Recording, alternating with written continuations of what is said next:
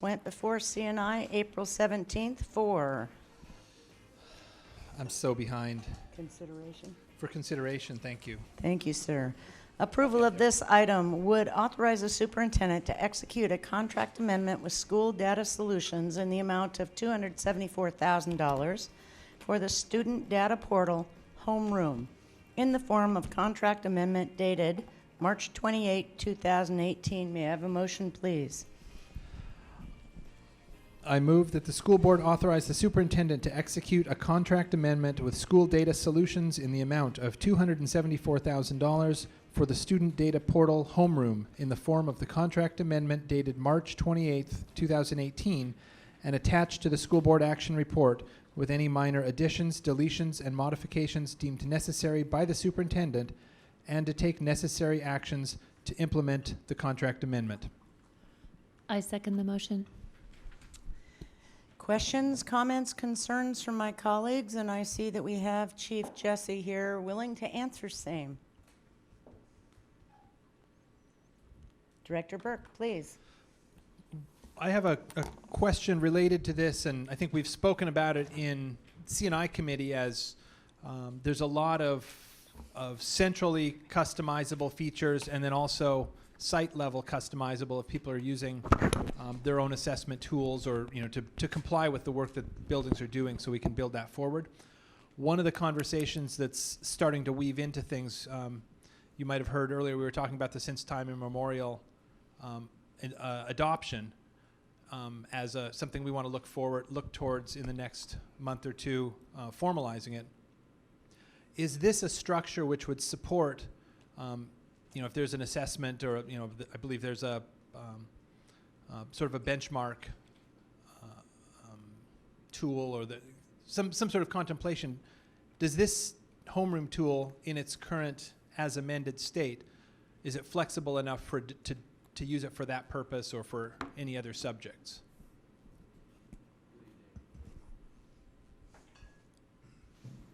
Good evening. Wyatt Jesse, Chief of Student Support Services. Yes, Director Burke, this would be a tool that is customizable. That was actually one of the reasons why it was selected during the RFP process, was because of its customization. And so there's some tools that are very rigid, as you know, only can put in certain information, or even sometimes just send your information and the vendor does it. We can just create right into profile, pretty easy customization of really any kind of assessment. Something like that, something like time and memorial would be something that if deemed what the school wanted to do, they could do that.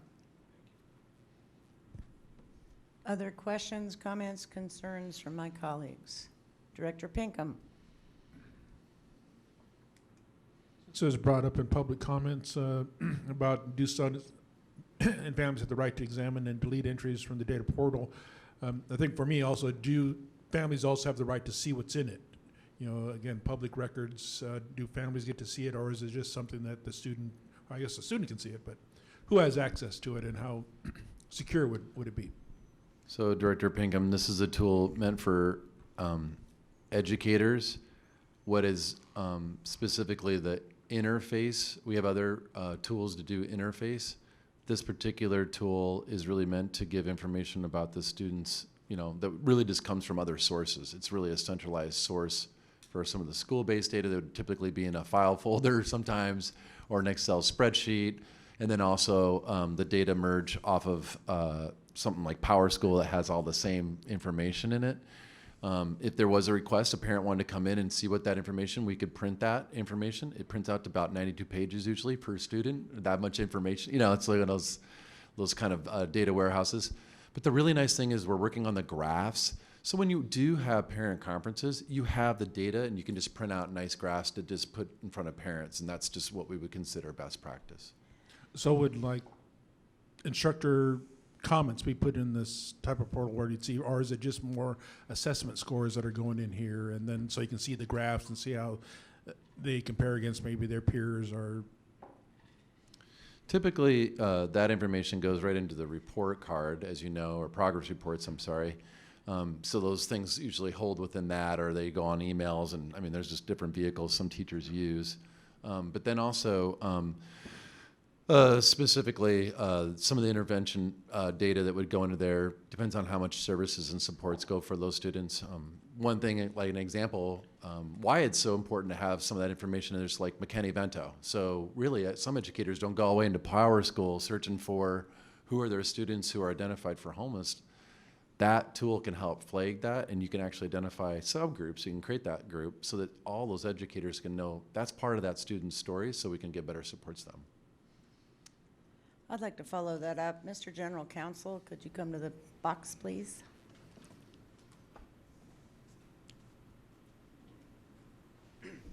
Yes, Noel Treat, General Counsel.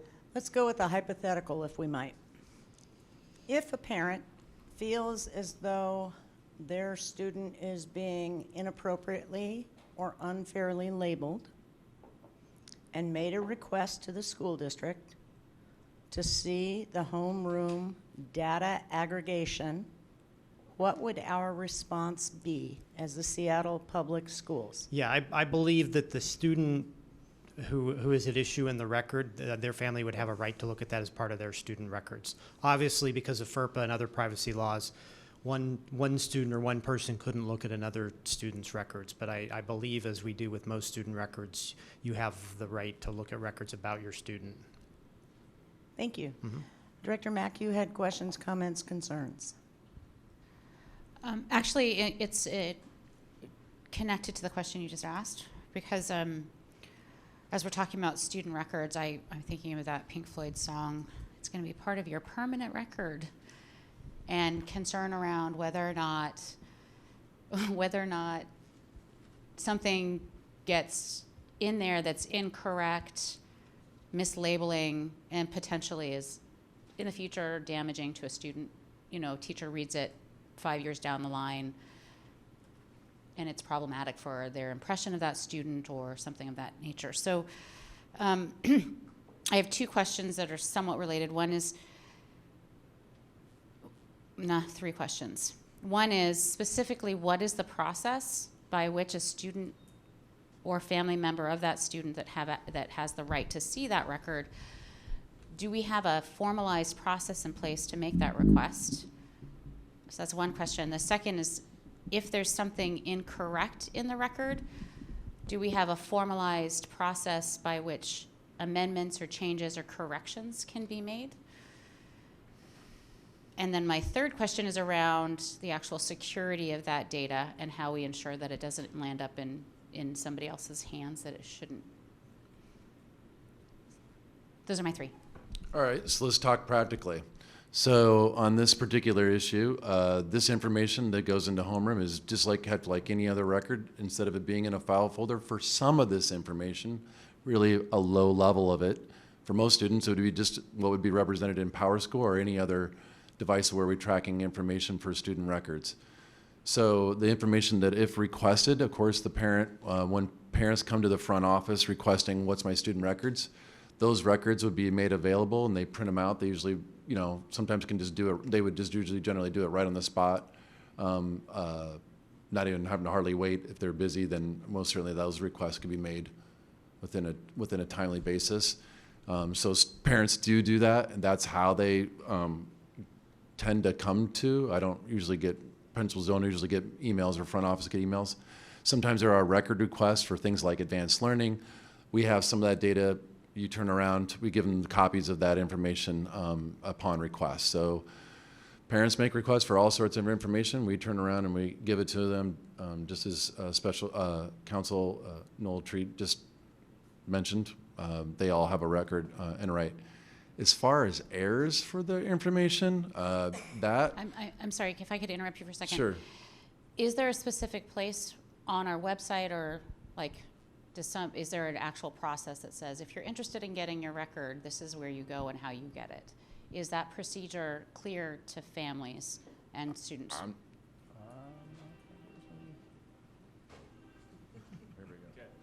That's right. Roland Boyce, Senior Assistant General Counsel. At the beginning of the school year, we are required by law to send the FERPA notices to all the families, which explains a parent's right to their student's educational record, their right to dispute the educational record, their right to see their educational records, that's laid out. That's also laid out in our board policy under student records. And the way that the policy works and the way the law works is that if a parent accesses their student record, finds something that they feel is a mistake or misleading or inaccurate, they call upon their principal to address that. They say, this is why I feel it's inaccurate. If the principal agrees, they'll make the change to the record. If the principal doesn't agree, they'll inform the parent of that.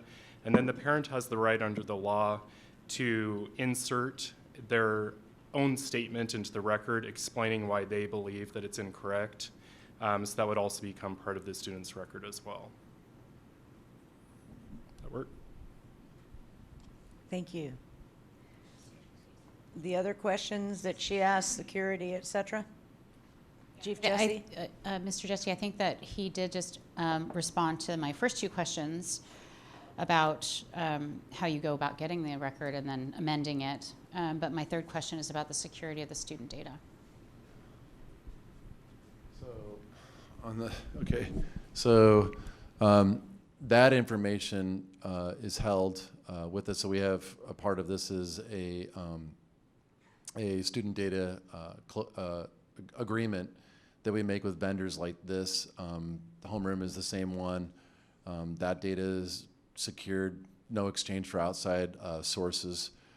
So it's just kept within the loop between school data solutions as well as with Seattle Public Schools. Is that actually in the contract with them, the language around those protections? So we do have we do have that agreement. That's I can get you a copy of that if you'd like. But is it formally in the contract that we have with? We have one with provider? them. I will have to get the record from that. I know on the one that was posted, the DSA is not in that one as attached, but I do know we have one with them.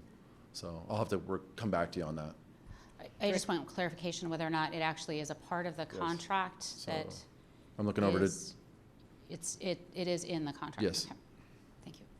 Director Burke? I think one of the elements of this conversation when it came up before, which I just want to confirm while it's fresh on all of our minds, the access to the Homeroom portal is only available through a district login. So if you're at home, you can't just pull up a web browser and pull it up. You have to do it on a district machine through a district authenticated login. So just in terms of the ability of data through Homeroom to migrate beyond the box we've put it in, there's actually a pretty strong box around that because of that login authentication. So I just wanted to make sure that both my interpretation of that's true and then That is share that. That is absolutely accurate. We were trying to work against, as I had mentioned in introduction, about getting rid of some of the spreadsheets that exist out there with a lot of student information. That is really troubling for us, and that is one measure as you're laying out, Director Burke, to tighten up our business rules. Chief Jesse, did you by chance, I know you're very busy, did you by chance have an opportunity to read my email question back to you today? Speaking of technical things, I have had password problems today, so I'm so sorry. And so I've just gotten my laptop back after we figured out my password. I'm going to shoot a couple of them your way if that's all right with you, sir. Please. Is PD for Homeroom part of our onboarding process for the district? Yes, and that is attached to this particular bar. Yep. Okay. You mentioned other districts, a couple of them, 3 comparable districts that you used as the basis for your research. Which districts were those? So those were not identified. The vendor didn't give me the names, but they are medium-sized districts, 25,000. 2 of them are about 25,000. The other one was 20,000 students. And so I went with that particular data just because, they're a local company out of Spokane, so they primarily serve here in the West Coast. I would appreciate it if you could follow up with which districts from the data provider, and my hope would be that the data provider would be more than pleased to share that information with you. If they do, I will we have pass to it do on. our due diligence. If they don't, I absolutely want to know that. if we could. The numbers that you sent me appear that folks used it 14.3 sessions per year, which to me means 1.5 times a month if you do the arithmetic on that. I thought it was more iterative than that. So those are averages. So the issue is this, as we were talking about briefly, both at CNI and intro, is not everybody's going to be an absolute user of Homeroom. It's not meant to be necessarily an everyday tool for some of the educators. There will be opportunities when teams sit around in PLCs, might have one user who manages that for their grade level or the department where they'll start going through information. High-end users would be something like counselors and school administrators, as well as some of the specialists. So those particular users, again, this is an averaging, would have that many sessions where they would look on, and it doesn't tell you how long they've been on there or how many reports they were printing off. So it's limited in some ways, but as the way to measure it, and I know I'm trying to respond to you, for a common way other districts are getting measured for usage, for sessions. So I wanted to hold this to a goal to say, hey, at least I know we're using it for that many sessions for the users we have. Okay, so we have, you quoted 1,767 users presently. Out of how many teachers? What's our denominator here? Almost about 4,000 teachers. Okay, so we're climbing up to about 50%. Yeah. Okay. Yeah. And then my question is, how do we implement this into our school culture? How do we make sure this is not another use it or lose it tool like Schoology that drives parents nuts, that teachers don't use it with fidelity? So my answer to you, Director Harris, is we are going to integrate the homeroom with the professional development and other contents. So instead of, again, as mentioned before, instead of just a regular introduction, here's homeroom training and walk away, where people don't know how to exactly use that for the purpose that it was intended. This is where homeroom is going to get integrated with the professional development for sessions like professional learning. Oh, CCC. How do we start to integrate some of our CCC data into homeroom? CCC is The English Language Arts, Yep. K through 5, correct? Curriculum. Thank Yep, you. That's correct. And so that, and then they have the Faunus Pinnell assessment work that we have for every school, and they're able to take and merge that data. And then our trainings can be like around when we're talking about, oh, how do we have a strategy? I see that students are really struggling with understanding author's craft. Then they have that data, oh, let's look at that. What does that look like? Who needs some intervention? How do we track that? That's the way that vehicle of homeroom's embedded in the training, not just homeroom training, but the training across many different content and strategies. Perfect segue. I'm excited about this tool because it talks about, it allows early intervention is where I see the best use. But if we're not using it with fidelity and robustly, then we've got another fancy make your breakfast kind of tool that doesn't give us what we're paying for. Do we have SLI, which is the principal's leadership, 2 days in June, 2 days in August? Do we have SLI sessions on this? And are So- we making it really clear to folks that Here- we expect it to be Yes. used? So here's the scary thing. I was just going to mention that you and I are in the same level. I was going to invite you back to come see. I know you were there last August. Come to the August session. I'd love for it. It's actually more than 2 days. It's 3 to 4. I don't know what we're exact number on in August. And I'd love for you any of the directors to come and check it out, because there's going to be a lot more dynamic conversation. Not longer just intro, but actually having us to have identified groups related to the CSIP for target student populations. Pretty powerful stuff, and of course we'll de-identify that in some of the trainings up front where we have all school staff. Terrific. Okay, any more comments, questions, concerns? Director DeWolf. I'm supportive of this, but curious, the 1,700, do you have a breakdown of where those teachers are that are using it kind of regionally? Is it more central, south? You have an idea of where most of those teachers are? Yeah, that's in the bar too. It's all over the place. There's just different schools take up on this. You know, you can have one school that has a super power user. You know, there's just some of those people that are super data geeky. But the thing is, when I come back, and I notice that I know we talked about this with Director Burke, is coming back to CNI and reporting about not only usage, who's using it, where they're at. I do have it by school. I don't want to shame schools, but I will be happy to talk about that in I some think kind of session. accountability is very important to this board. I don't think it needs to be set up in a deficit manner. Yeah. Well, since we're on an introduction of this, our first year, I feel like it's appropriate at moving forward, most certainly. Okay, Director Burke, please. I just have an ask, especially given how lively this conversation was when you bring it back. The idea of using an average as our metric could be a little bit dangerous because of the different types of use cases, whether you've got an educator that's using it quarterly for report cards or an interventionist that's using it much more frequently. So in addition to average, if you could also just bring a median use, I think might be a better measure of central tendency. Okay, let's vote on this. Roll call, please. Director Burke. Director DeWolf. Aye. Director Geary. Aye. Director Mack.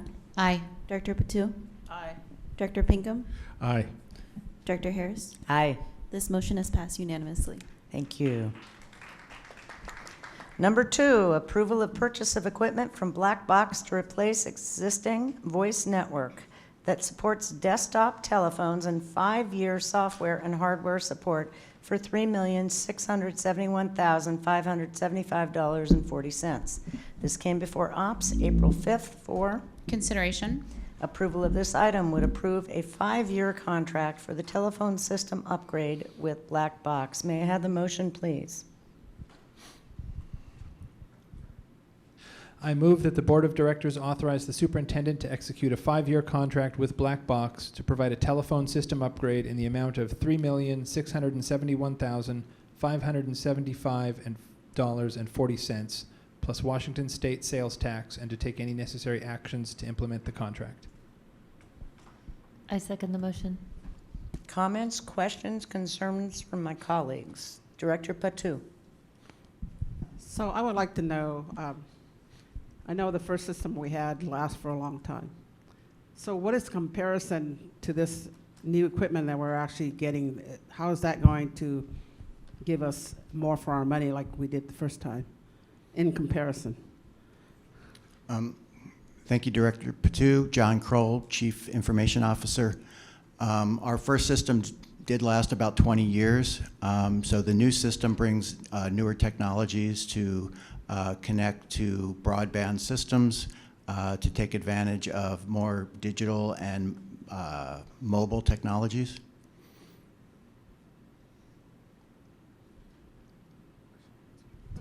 Other questions, comments, concerns? Director Mack? We were looking to take action on this last meeting, a couple meetings ago, and we delayed that with a specific question that I believe Director Geary had raised around the contracted terms and whether or not we actually would be covered for 10 years or 5 years. I can't remember the details, but can you actually please update us on what has happened with that request? If you could please explain what the request was, and then explain where we're at now and what we're actually approving. Yep. Thank you, Director Mack. Yes, last board meeting when this was up for approval, it is for a 5-year contract per the RFP, but I was asked to go back to the vendor to see what support that we could get for 10 years, even though it's a 5-year contract. We worked closely with Black Box and our legal team and came up with some terms so we could mutually agree upon support for 10 years in this 5-year contract. So the language that we added to the contract, so I'm going to read that to you and put that into the record. Black Box will use commercially reasonable efforts to provide Seattle schools with ongoing support for 10 years from the effective date, provided that the district has met all obligations under the initial contract and subject to replacement part availability. After the 5-year initial contract term, Black Box will provide annual support renewals at prevailing rates if mutually agreed upon by both parties.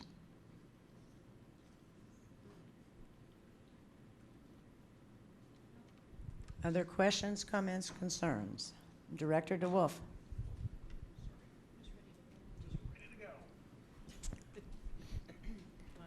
Director Patu. So I guess my curiosity is, what's the prevailing rate? Is it the same as what we actually have in the past, or is it more so? Generally, those support costs go up about 5% a year, but it's hard to predict 10 years out. But we did get from the vendor that it would be about $180,000 for 1 year of support for year 6. So that gives you an example.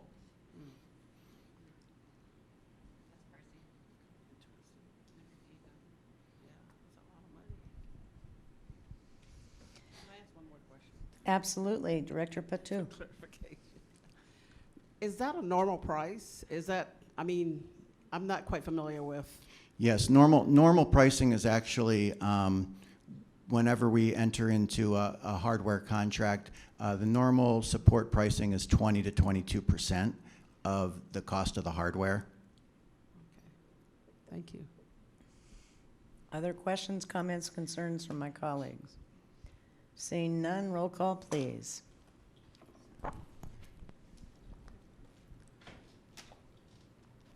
Director DeWolf?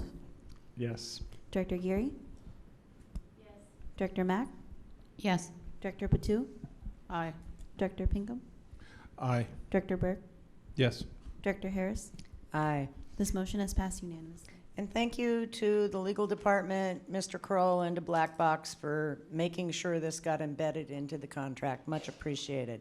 Number 3, approval of successor, a collective bargaining agreement between Seattle School District Number 1 and International Brotherhood of Teamsters Local Union Number 117 for September 1st, 2017 through August 31st, 2020. This came before exec May 17th for approval. Approval of this item would initiate approval of the successor, a collective bargaining agreement negotiated between representatives of International Brotherhood of Teamsters Local Number 117 and Seattle School District Number 1. This agreement is for a 3-year period commencing September 1st, 2017 and ending August 31, 2020. This item is up for introduction and action this evening. Mr. Burke. I move that the school board authorize the superintendent to execute the collective bargaining agreement with the International Union of Teamsters Local Number 117 with the wage schedules and other attachments in the form of the draft agreement for the period September 1, 2017 through August 31, 2020, as attached to the school board action report with any minor additions, deletions, and modifications deemed necessary by the superintendent, and to take any necessary actions to implement the contracts. Immediate action is in the best interest of the district. I second the motion. Mr. McCarty. Thank you. A very short synopsis. Thank you. This agreement was ratified by the Teamsters Bargaining Unit on April 27th. A 3-year period, 3% pay increase retroactive to September 1st, and then the larger of 3% are the Consumer Price Index for the next 2 years on September 1st. Affects how many employees, please? We have a total of 12 current employees, 3 in the Science Materials Center and 9 in the warehouse right downstairs. And this unit also got an additional personal day off. That makes them consistent with the other classified units represented by 609 and the Trades Council. Thank you. Questions, comments, concerns from my colleagues? Director Mack. I'm not sure if this question is for you or for our budget office, but I'm curious to know about the impact on our budget of the retroactive aspect of this. Yeah, I don't know that answer for the retroactive part. Thank you, Ms. Berge. Assistant Superintendent for Budget and Finance, Jolynn Berge. Yes, so when I sign the bar, that will indicate my approval, budget's there, no worries. Other questions, comments, concerns? Roll call, please. Director Geary, Aye. Director Mack, Aye. Director Pt2, Aye. Director Pinkham, Yes. Director Burke, Aye. Director DeWolf, Yes. Director Harris. Aye. This motion is passed unanimously. Thank you. Number 4, approval of settlement agreement with Liddick Construction, Inc. and Seahurst Electric, Inc. regarding the Hazel Wolf K-8 project and transfer of $325,000 plus Washington State sales tax from the Building Excellence BEX 4 levy contingent fund for the project. This came before Exec May 17 for approval. It additionally was a subject of an executive session as well, and robust conversation between all of the board of directors. Approval of this item would approve the settlement agreement with Liddick Construction and Seahurst Electric in the amount of $325,000 plus Washington State sales tax, and approves a budget transfer from BEX 4 levy program contingency to pay the settlement. This item is for intro and action at this meeting, and a little bit of an explanation on that, because this was a mediated settlement, and having that settlement ratified by this board was critical to this matter not moving forward through litigation. Is that correct, Mr. General Counsel and Mr. Associate Superintendent? Yes, that is correct. Motion, please. I move that the school board approve the settlement agreement and release with Liddick Construction, Inc. and Seahurst Electric, Incorporated in the form of the agreement attached to the board action report, with any minor additions, deletions, and modifications deemed necessary by the superintendent, and to take any necessary action to implement the agreement. I further move that the superintendent be authorized to transfer $325,000 plus Washington State sales tax from the BEX 4 program contingency to fund payment under the agreement. Immediate action is in the best interest of the district. I second the motion. Can you make it short, sweet, and tell us how we ended up in this place to begin with? I can. Thank you.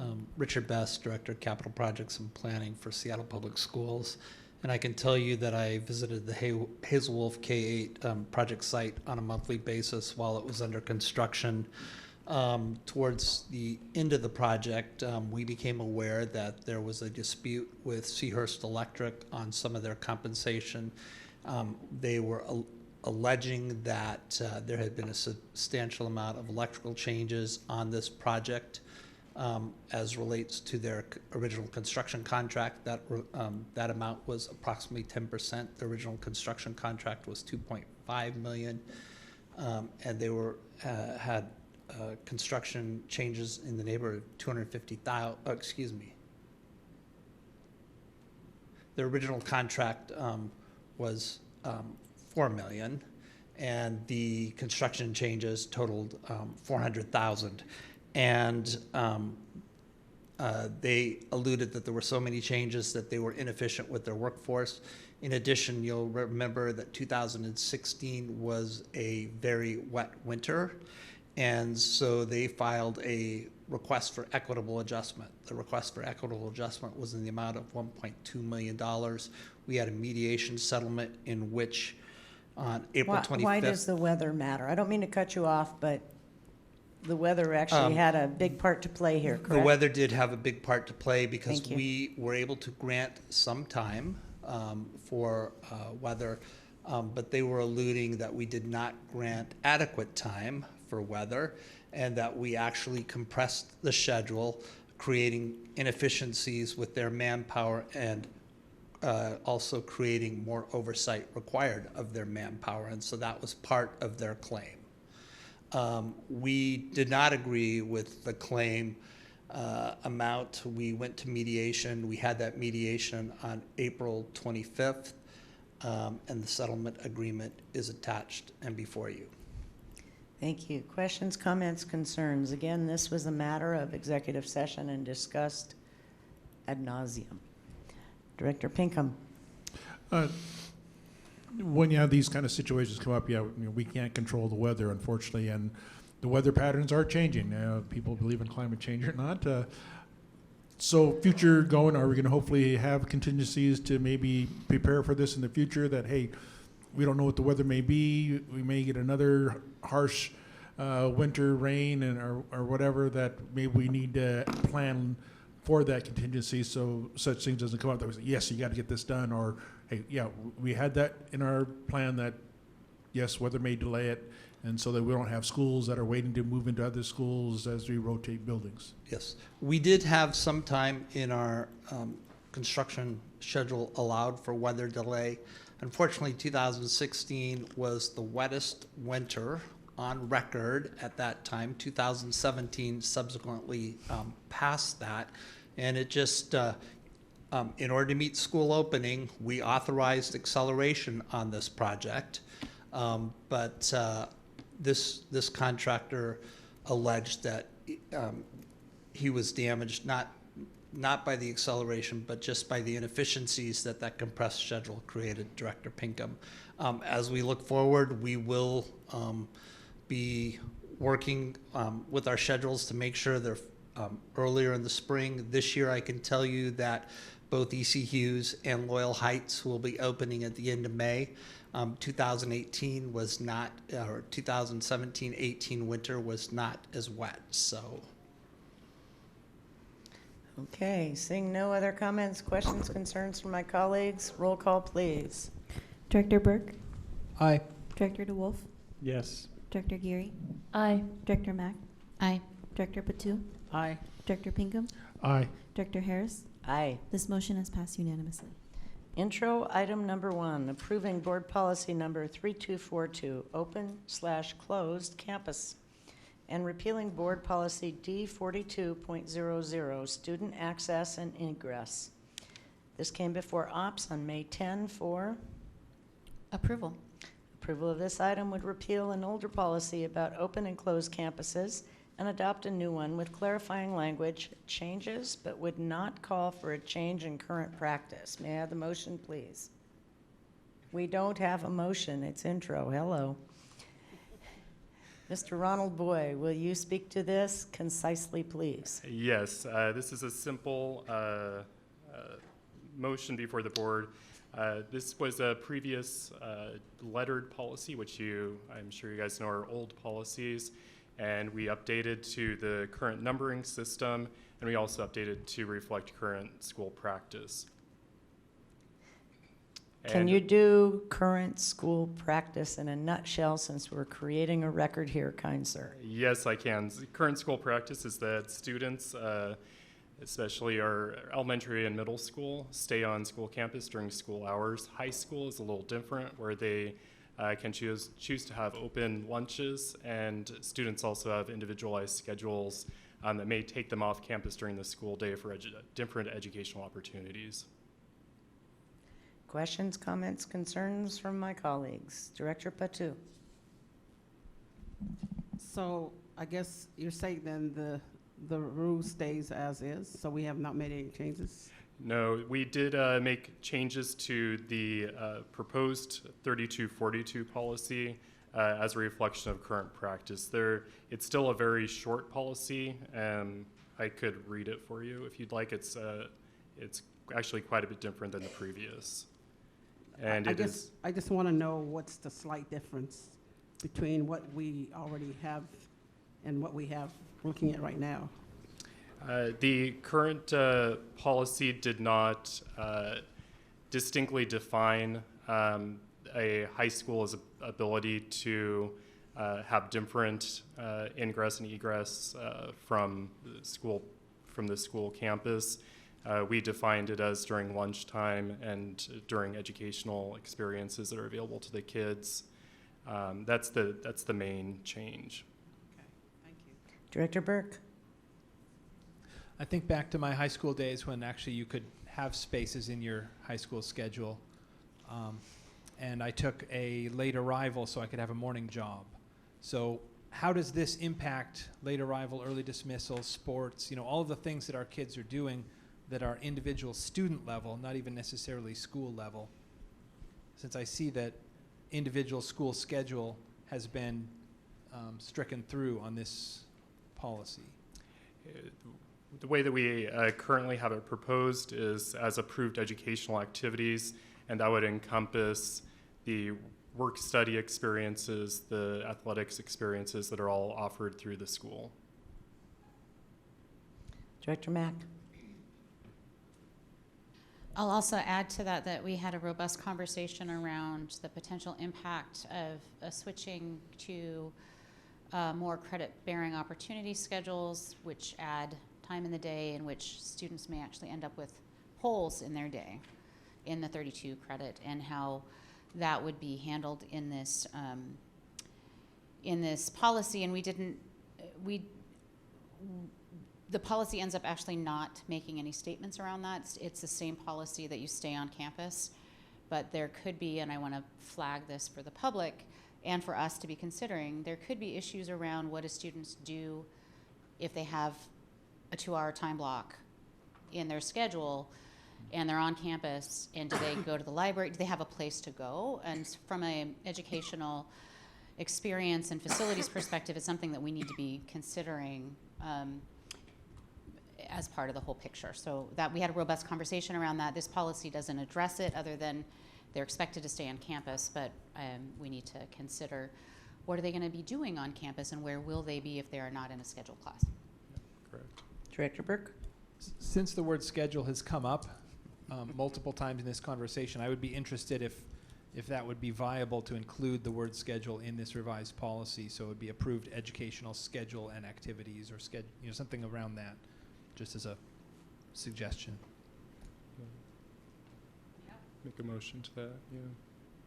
So you can take a look at that at this point. It's intro, and potentially add some more language prior to action.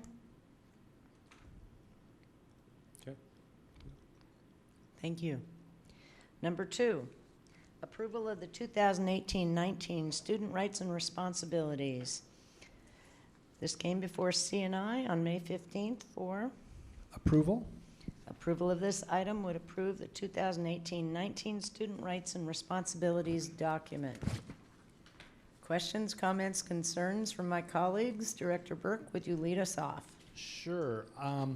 I would like to essentially turn it over to staff to present and discuss, but I just want to emphasize that one of the new conversations that's come into this is around dress code, and I think there's been a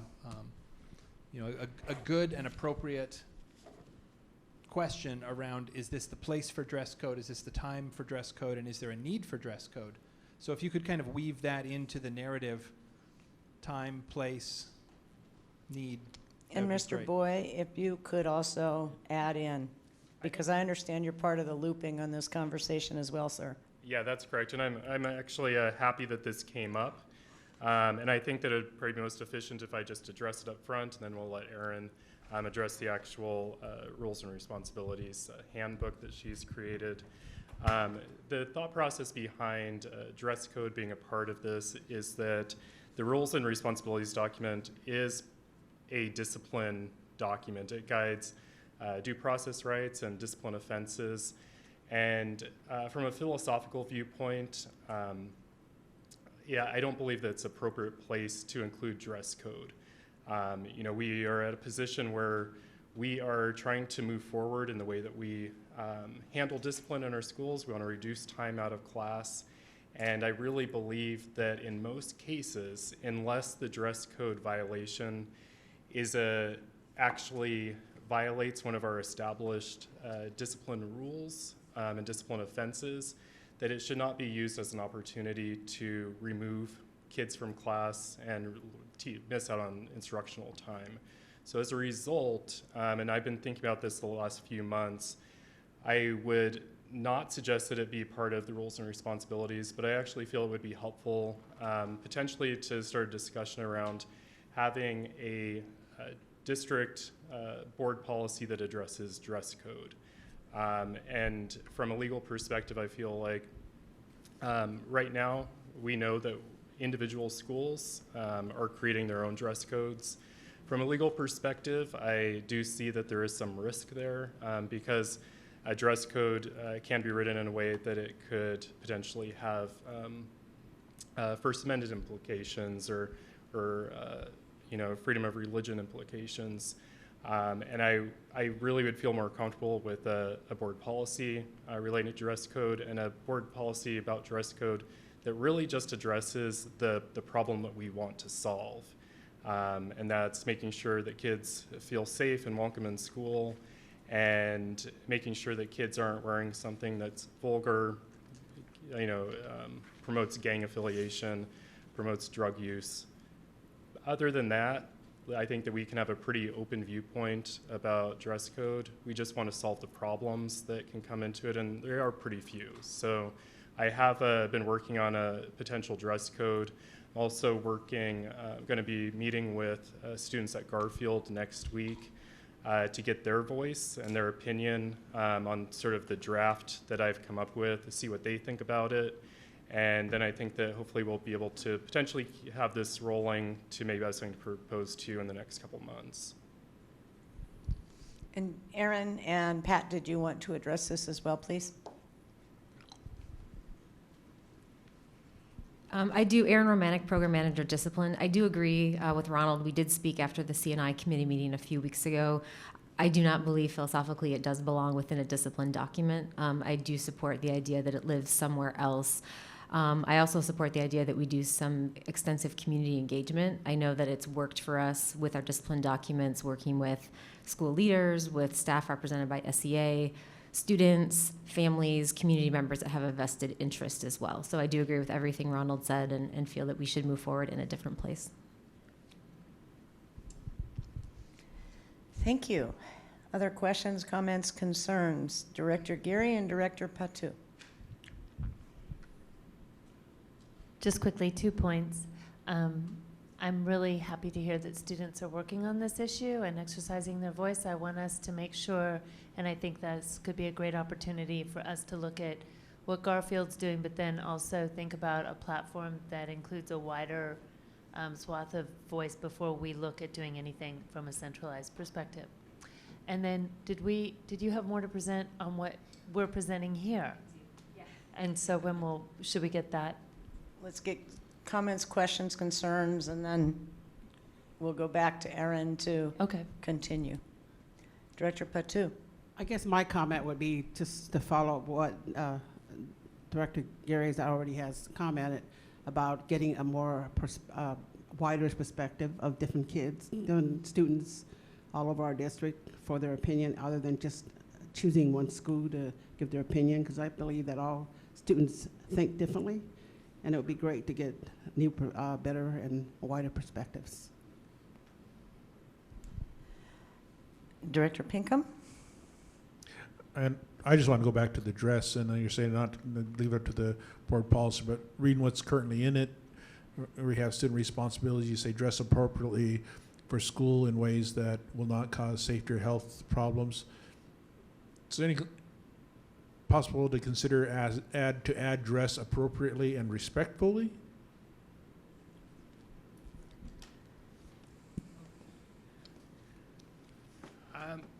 I think that we do have issues with subjectivity, and I'd say that as it's written could be kind of subjective. I don't want to make it further subjective.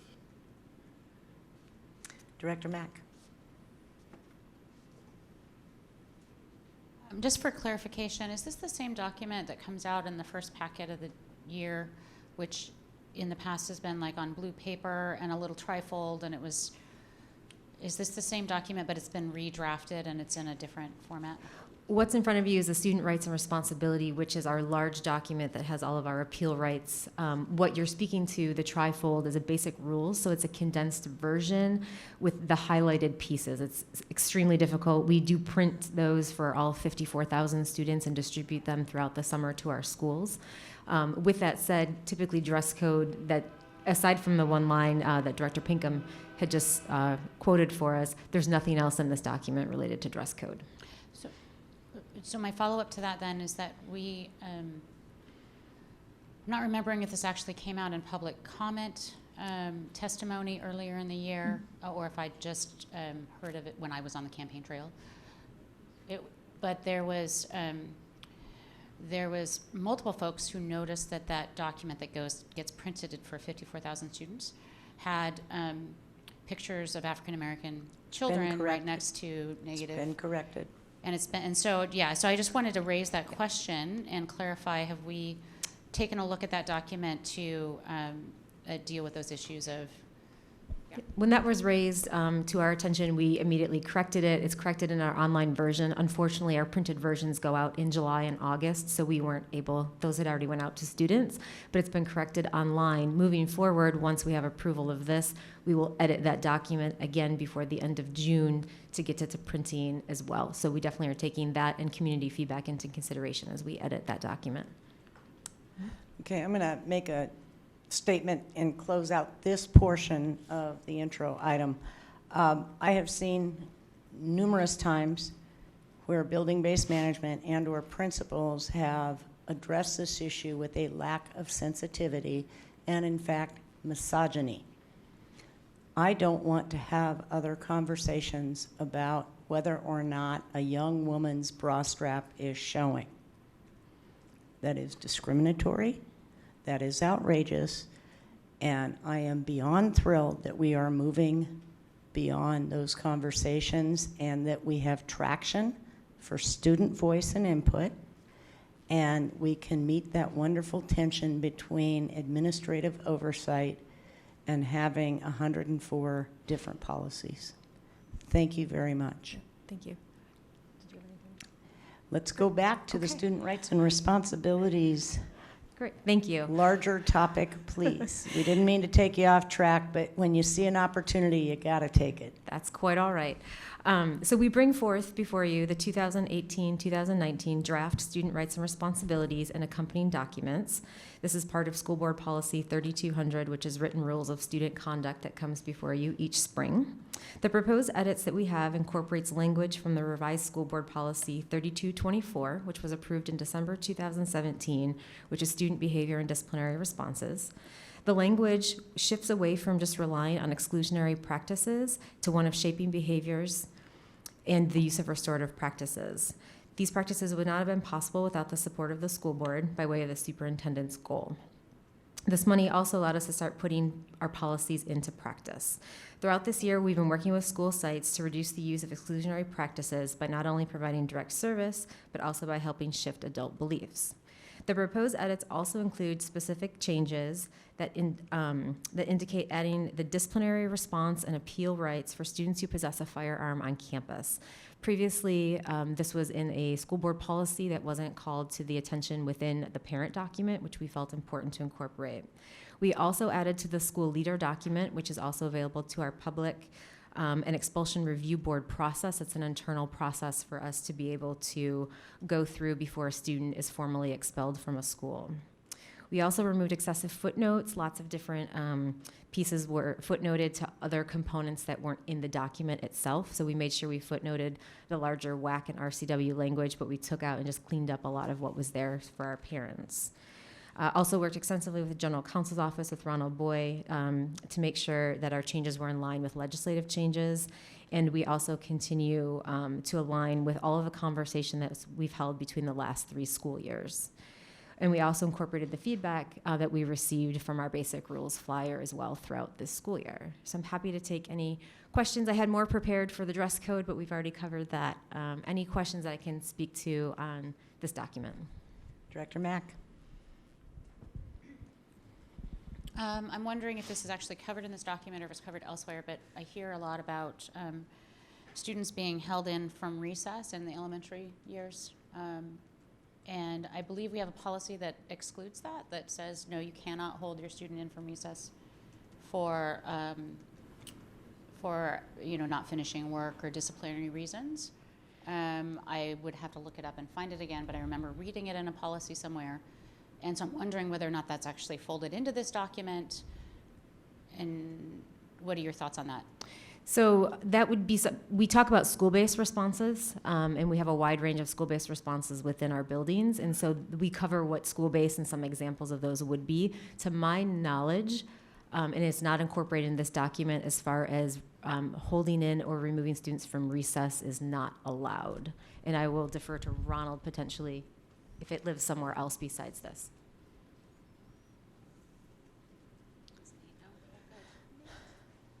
Nate Van Duzer, Director of Policy and Board Relations. I think it's in 6705, maybe one of our school lunch nutrition policies. Can we bootstrap it into this policy, Mr. Van Duzer?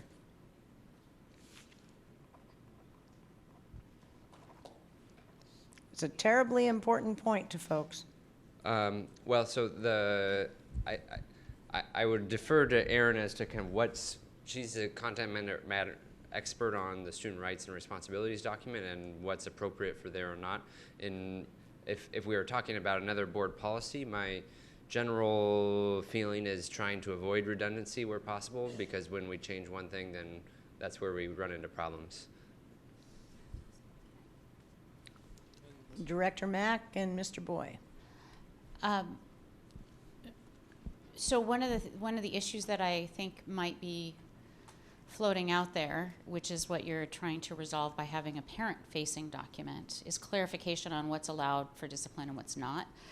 And this is something that I hear a lot about on social media, parents that are saying, my kid was held in 6 times.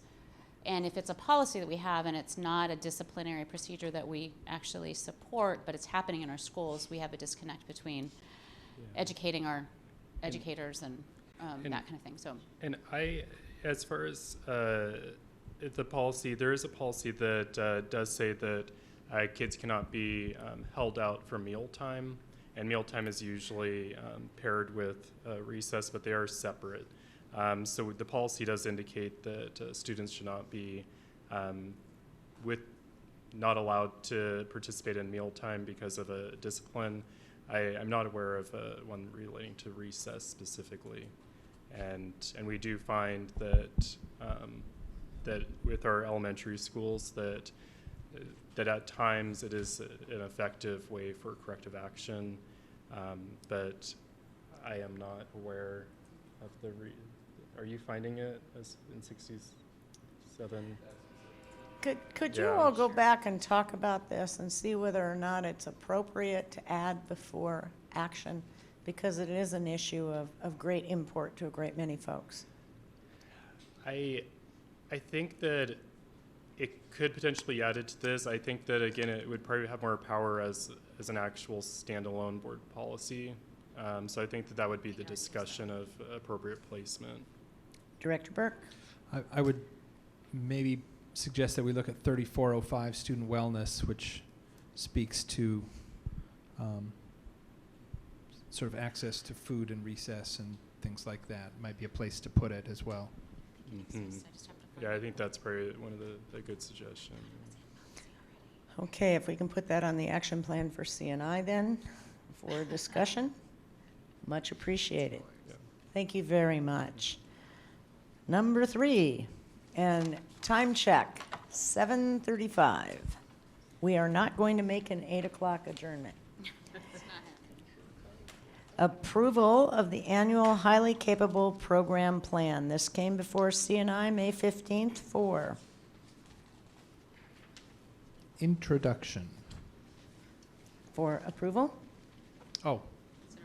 Yeah, for approval. Sorry. Approval of this item would approve the district's highly capable program plan, which must be approved every year per Washington Administrative Code 392-170-25 to receive state funding. Mr. Burke, could you lead us off and lay the table here, please? What this is and is not. So this is a compliance document, comes before us every year. It is a description of what our advanced learning what our highly capable program is offering in the current academic period. So it is not looking at next period. It is our current period. It's a cross-section that's required by OSPI to essentially fill in the document with the elements that we are currently using or not using to provide that transparency. And then I'm going to look to staff to correct anything that I said wrong. Short and sweet, please.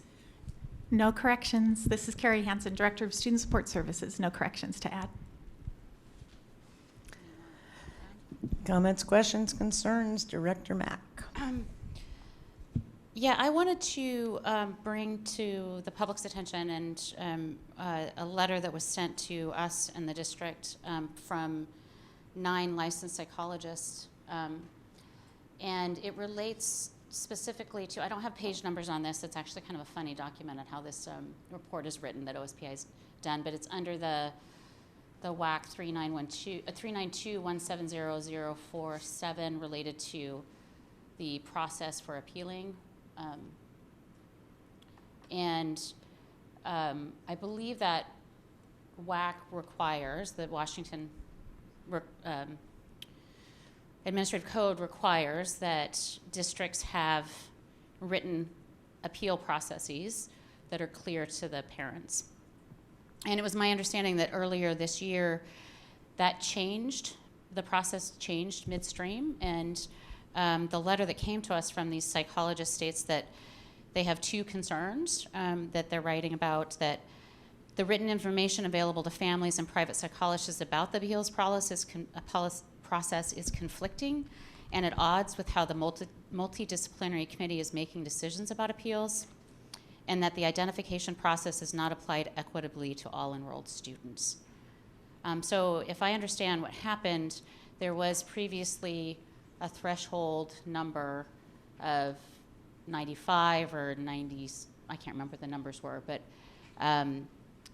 that got shifted for appeals to be set at a 99% or 99.9%, but the procedures didn't change at the same time online, and that there's conflicting information about it. Can you speak to that, to what happened and why there was a change in that appeal process and why it didn't get updated and notified to families?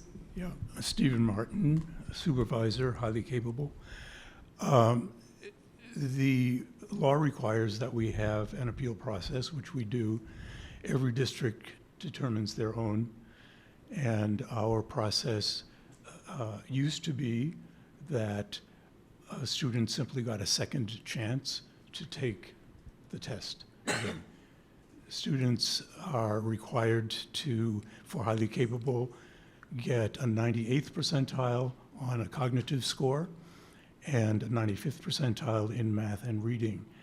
And for appeals, since it's the second opportunity for a child to be assessed, usually under ideal circumstances, that is to say, in a private setting, one-on-one, essentially receiving accommodations, the threshold is higher, which is an equity issue, I think. Students who are tested once, all students get the opportunity for an annual assessment. And if a student gets a second opportunity, the threshold should be higher. That is not written in a policy or a procedure. That is a practice. The appeal situation was published in the fall, in September or October. Appeals do not begin until decisions have been made in December and January. So it was well ahead of the appeals window. I'd like to follow up on your question and your response, if I might. You talked about it being an equity issue. I've read a great deal that appeals actually are very much an equity issue for so-called twice exceptional or 3 times exceptional students. highly capable students that have special ed needs. Mm-hmm. And how is that addressed? And the second question or comment I have back to you is, how did we advise parents? Did we put it on our website? Did we send it loud and proud and stand up and get counted? Because there's box checking and then there is robust community engagement. And my recollection of last fall was that this was pretty weak. Well, it was changed on the website and well ahead of the appeal process. And when the eligibility decisions were made and published, that was called out on every single notification. Notifications were sent out and published on the source and were followed up with robocalls. But the robocalls did not specifically call out that particular information. And can you address the twice or three times exceptional students, please? Yes. Because to me, that is absolutely an equity issue. Oh, of course. And that's addressed in the regular eligibility process. Any child who has an IEP or a 504 plan that requires an accommodation, such as one-on-one testing or even a scribe or whatever is called for in their 504 RIP is met by our department. And we send out people to schools, testers to schools, to do that one-on-one testing. So that is not accomplished on Saturdays or in a group setting. Okay, Director Mack, and then Director Pinkham, and then Director Pt2. I know I didn't send these questions ahead of time, so you might not have the data on hand, but my understanding from the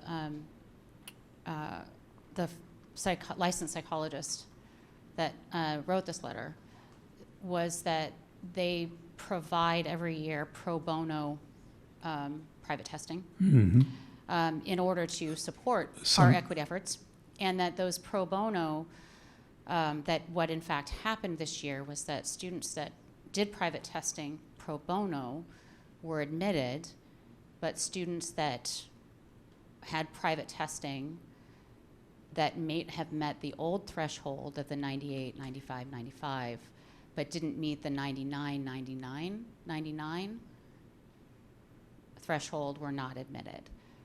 Can you tell me, and maybe you need to find out this data by going back and looking at the records of who was admitted and who wasn't, how many students were admitted on private appeal that were pro bono, and how many private appeal students were admitted otherwise?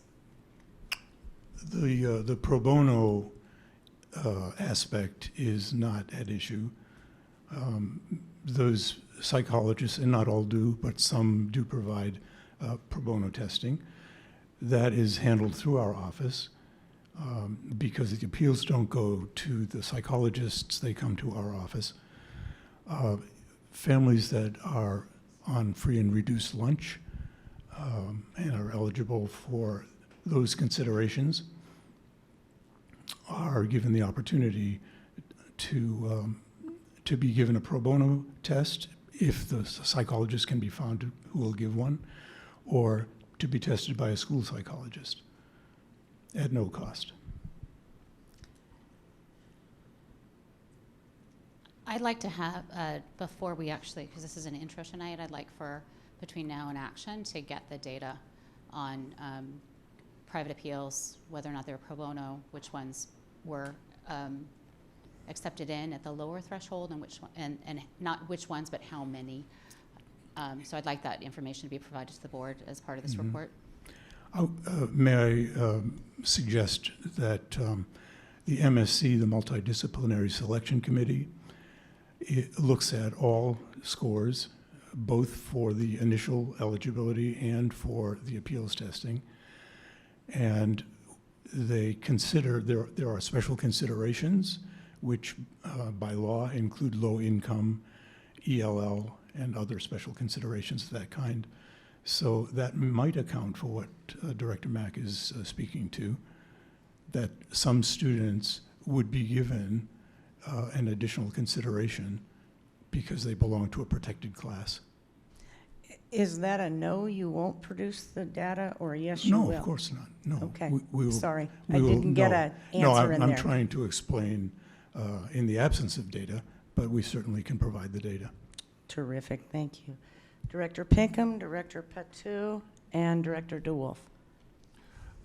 I had a comment, or one of my past community meetings, a parent had a concern about the appeals process where he said it was on the web, but apparently it sounds like it might have been at multiple places on the web, and one side of the web said one thing and another said another. So when you say it was updated on the web, are we sure that's updated if it is in multiple places in all sites? Because they felt they weren't informed of the appeal process in time, and it changed for them in the middle of the process. Well, the appeal process is listed on the appeal page, and that's what's quoted in the statement that goes to families on the source. So that's where they're directed to So find could they out. have been directed from another site that led them to an older site? So that's what I want to see, how we can find out that we're sure that all the appeal processes are up to date wherever they may be on our site. Yeah, it should be in one place. Okay, so, but it should be, but we, Yes. do you know? So I Well, want to make sure we get to know this. Is it definitely just in one place? And do we maybe have some old links from other sites that are sending them to an older link that, because if that's the case, we need to make sure we're taking care of that. Director Pt2? I guess my question is more of a clarification questions. So how do we actually, how do our students actually pick and choose in terms of getting them tested, whether they're actually kids that actually has that kind of talent? For them to be in the program, are they randomly tested, or do we test them, all the students, or they refer? Yes, they're referred. There are a number of approaches. As you've heard, for the last 5 years, we've been doing targeted universal testing of second graders in Title I schools. So that's one way that students can come to our attention. We have a portal that is open to all teachers and all parents starting on the 15th of May. So we're now a week into that. And we've had over 300 parent referrals and about the same number of teacher recommendations. And those aren't necessarily the same kids. So some students are recommended by their teachers, and that generates a letter from our office inviting the parents to refer the child, because a parent has to give permission for testing. So it's the parents actually, so if a parent refer their kids, Yes. wouldn't there have to also be a reference from the teacher to support what the parent actually is referring? No, Yes. or they just refer their kids and have They them can tested? absolutely just refer the kids, and then the teachers are notified that this parent has referred the child, and that appears in Power Teacher, the class list, and the teachers can go in and do the teacher recommendation form. So it can start with a teacher recommendation at the beginning, as is going on right now. At the beginning of September or the beginning of school, then it will be the parents who make the initial referral, and then we notify teachers that we would like a recommendation from them as well. Thank you. Director DeWolf? Yes, thank you. And then Director Mack. This is going to be a little off topic, so I apologize. So it's not necessary for you. I sent an email to this board in January asking about our time management. This thing that we're talking about, this annual plan, is for the 2017-2018 school year. It is an end-of-year thing to talk about the former year. I appreciate all the questions. None of them had to do with the actual thing we're talking about in the direct way that this is approval of the 2017-2018 Mr. DeWolf, you're very close plan. to being out of order, kind sir. Please do, because this is about disrespecting time and these people's time. Your point is well made. Thank you, Thank you. sir. Thank you, sir. Director Mack.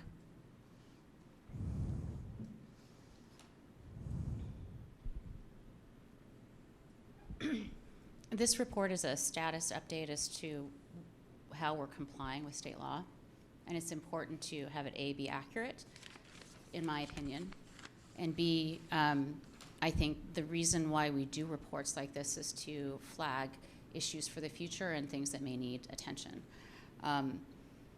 And I want to point out that also in this letter, it was specifically called out to my colleague's point around, is there conflicting information on the website about what the actual appeals process is? And according to this, I haven't read into it, but there's 3 different places where it says 3 different things about what the actual threshold is. So in fact, there is conflicting information on the website about what the appeals process is, what the threshold is, and there is evidence of conflicting practices and how those are being carried out, which gives me great concerns from an equity standpoint that we are not identifying and serving children that need it. And it gives me concern that we have not accurately reported that in this report. Wyatt Jesse, Chief of Student Support Services. So on a couple notes, just to follow up on that, so is around the information. So we did not, to Director Pinkham's concern, we did not receive any formal complaints about the misinformation directly to the office around the information regarding that. You can have it sent to us, but The letter was sent to you. Use your microphone, please. so I know the letter from the school psychologist. I'm commenting directly on what Director Pinkham had mentioned, just in regards to a parent. So that was just off a parent concern about where their information was. I would love for that to get directed to the department. We would be happy to cover back up on that. That's just on that particular issue. On the issue of the school psychologist, I read that and we did reach out to them.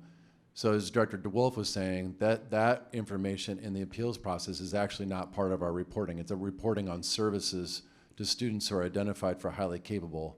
That is the reporting that we do through iGrants. Okay, let's not get into to a the- back. to the Excuse me, OSPI. please. Thank you. We're not going to get into a back and forth. Director Burke, did you have a question, comment, or concern before we move on? Just to reaffirm that this conversation that we're having here right now is the purpose of the Advanced Learning Task Force, and that will be part of board discussions. There will be work sessions associated with it. And the deadline for application is tomorrow at noon. If you care about this issue, it is time to stand up, get counted, and do the hard work. Last comment, and then we're moving on. The funds that are given to AL are only for identification. They are not for curriculum purposes. Is that correct?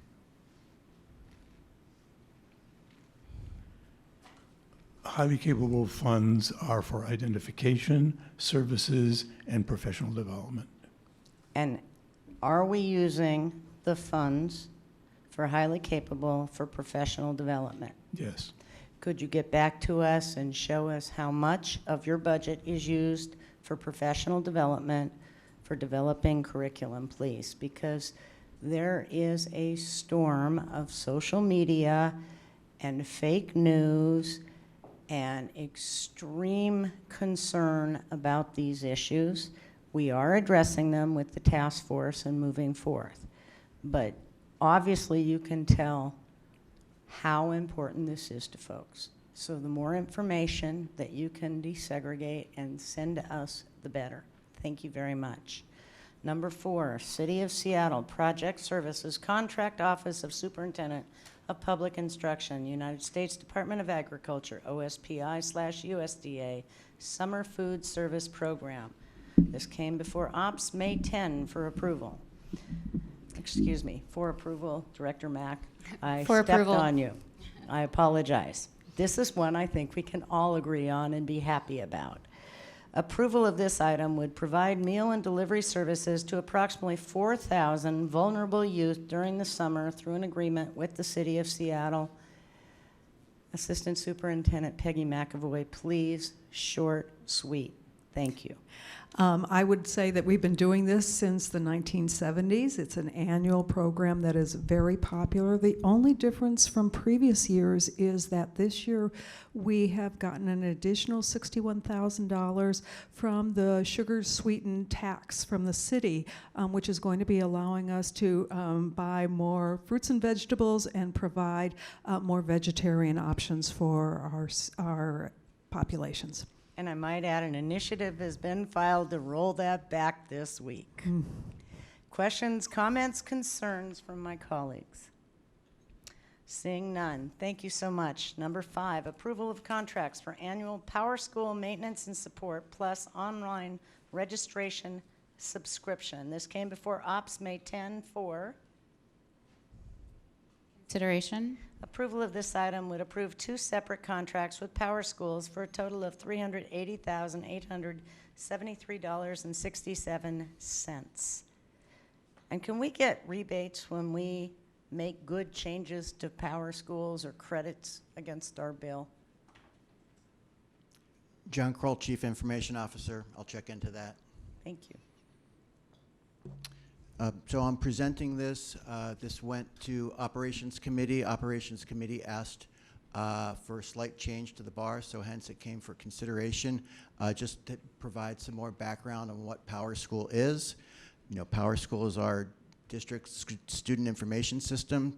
It's been used since 2002.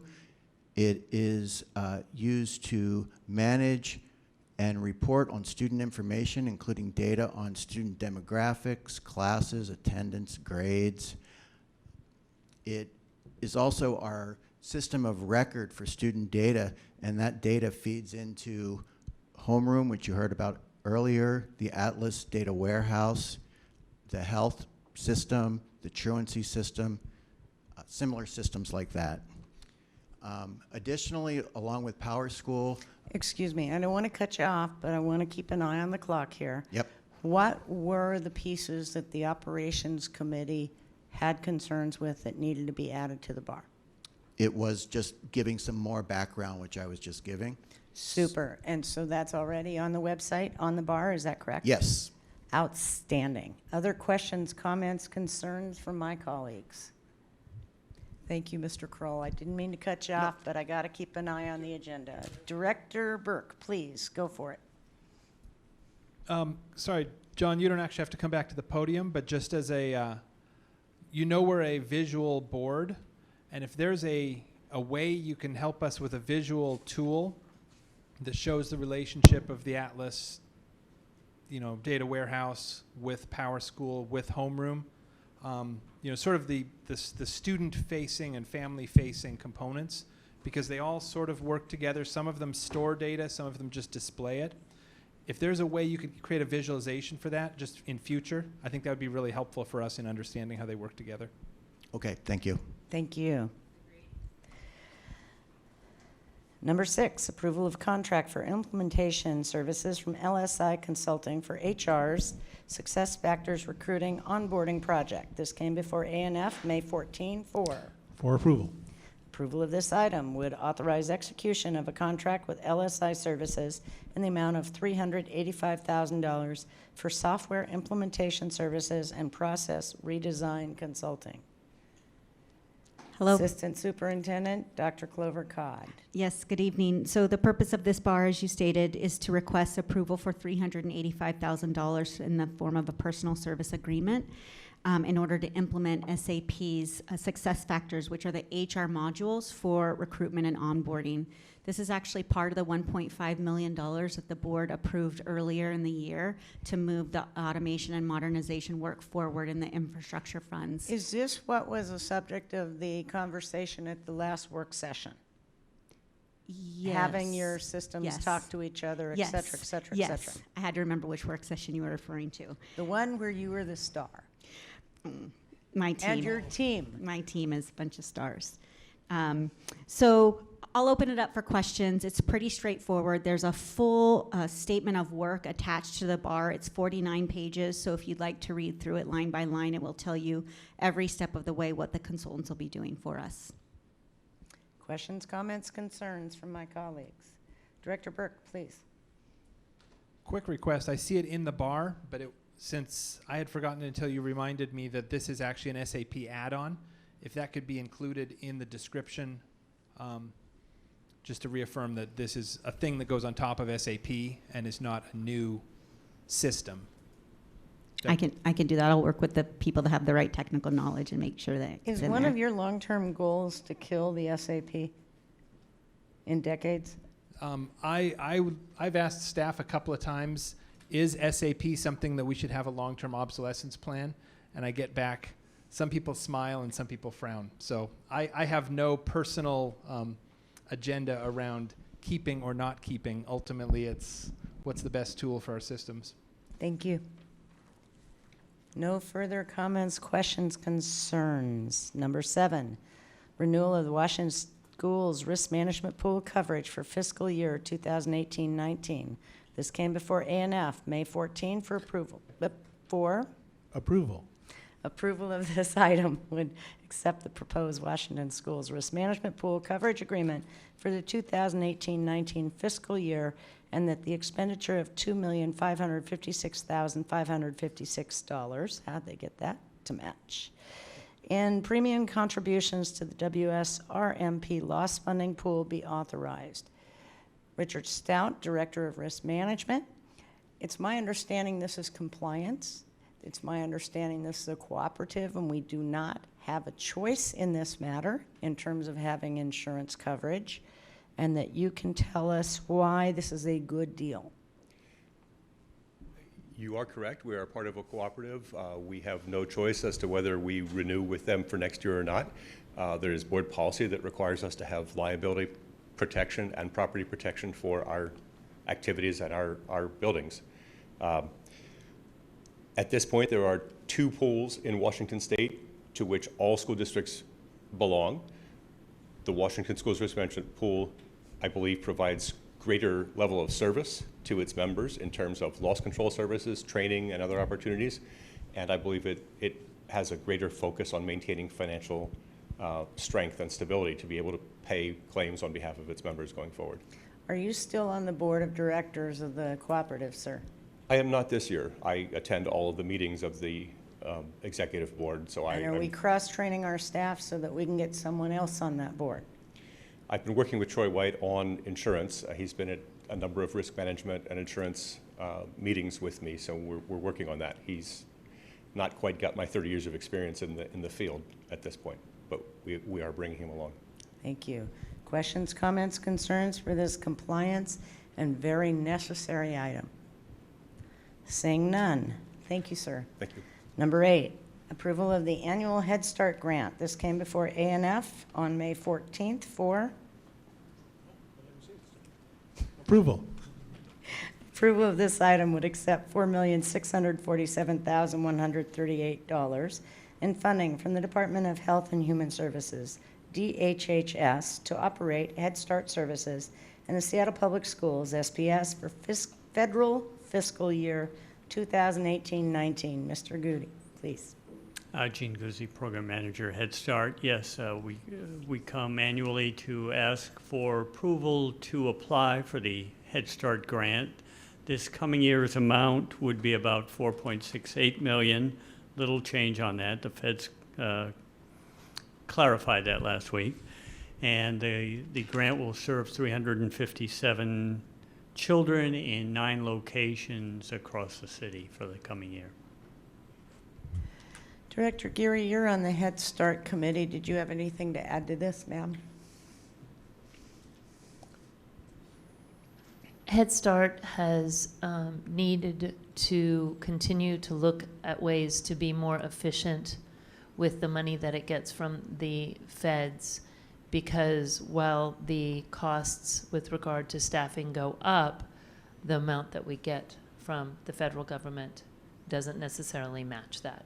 And so what we've seen over the last few years is just the efficiencies that we've had to build in terms of looking for ways to make that money go as far as it can. And while that looks in some ways as if though we are serving fewer students because we've had to the program has had to continue to pay the salaries of people to serve the students at the dictated ratios, and so we can't serve necessarily as many.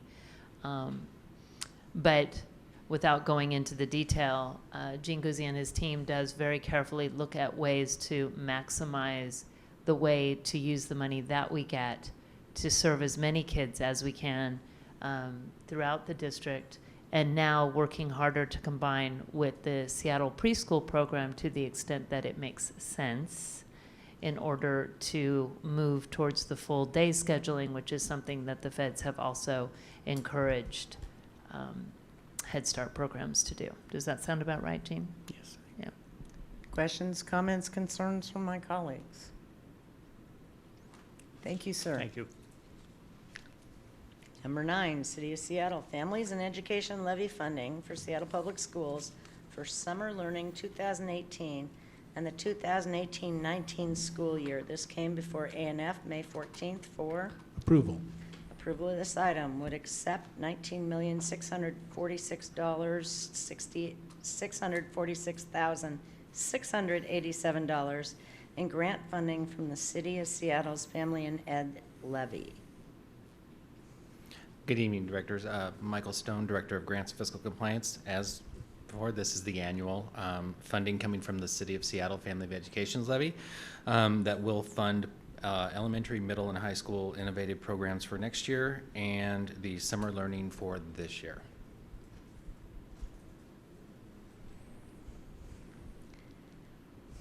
I hesitate to open Pandora's box here, given the fact that we've got another Department of Ed levy being ready to be kicked off for November. Mm-hmm. Can you give us, in a nutshell, the buckets of this approximately $20 million? So it will continue to fund the elementary programs, the 23 programs that are going on this year. I could be off 1 or 2 schools. I can go back into my notes real quick. The middle schools that have been funded, the high schools, family support workers, summer learning, and the also the health clinics at the comprehensive high schools and middle schools and some elementary schools throughout the district. And so to clarify, this is the last year of the last levy, is that correct? From the 2011, yes, this is the last Okay. year of funding. So we're not talking about the controversial so-called donut holes, K-5, No. that folks are talking about. We're not talking about the additional Seattle preschool programs combined levy. That's future. We're not talking about sustaining the gains. We're not talking about year 13 and 14, Seattle Promise. Is that correct? That is correct. Thank you. Other questions, comments, concerns? And who wants to turn down approximately $20 million that will assist our students? Director Mack. I certainly don't want to turn down the dollars, and we're excited and grateful that we have these dollars. I'm curious to know, for clarification, how many family support workers are funded through this. We had testimony earlier today about funding family support workers through our general fund, and that isn't covered by the state. State doesn't pay for family support workers. It's not something that's allocated. So these have always been paid for as long as they've existed through dollars that come down from this levy, correct? Yes. Okay. So how many are we going to be funding for next year? So I know the numbers that are coming from this funding source that's in here. The additional is 7.5 that the city refunded for this next year. So we were losing funding for 7.5, we're getting that back. Elementary schools are also using their levy, some of their levy funding to fund family support workers at their buildings. So I believe it's 5.5.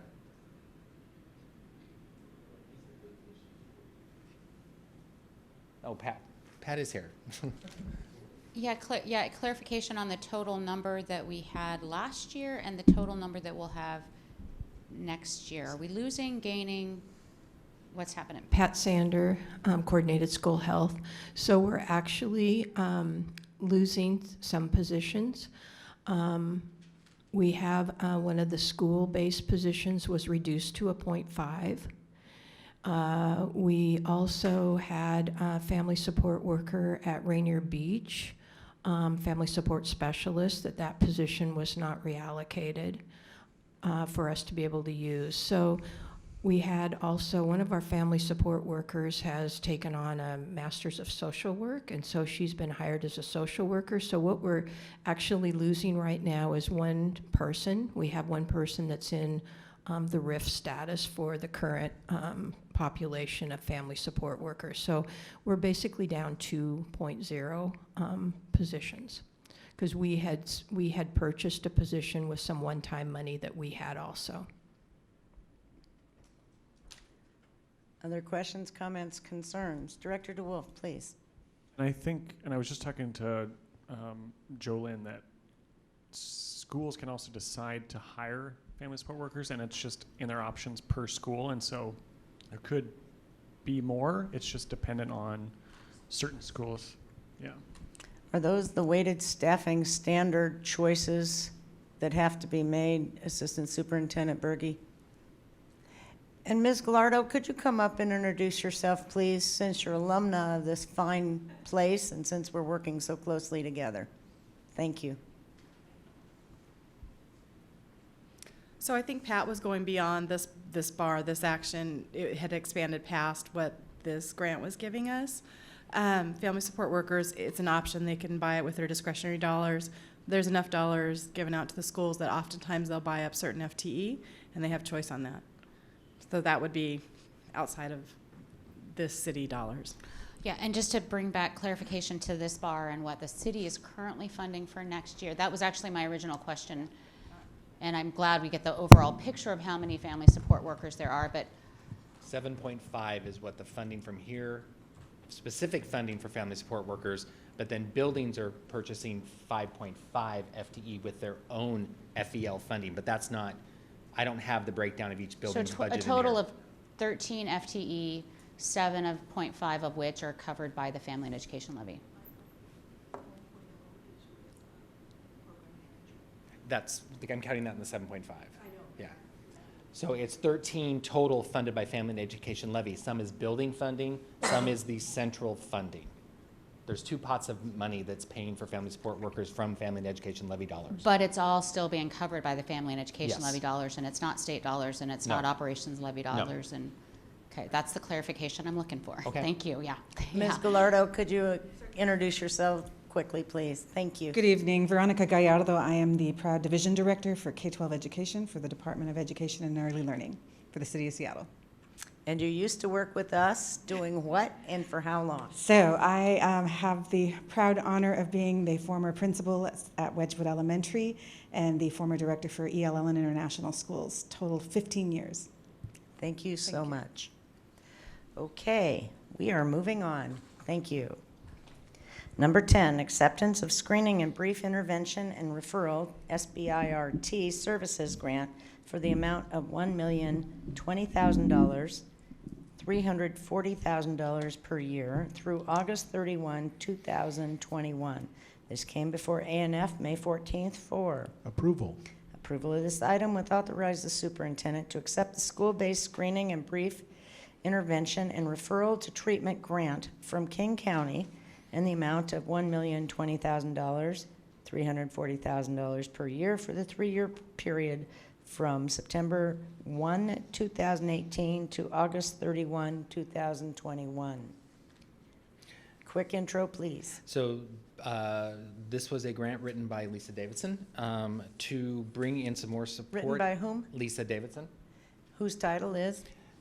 I'm going to have you say it. 'cause Whose job description is? Sorry. I'm the manager of prevention and intervention. Thank you.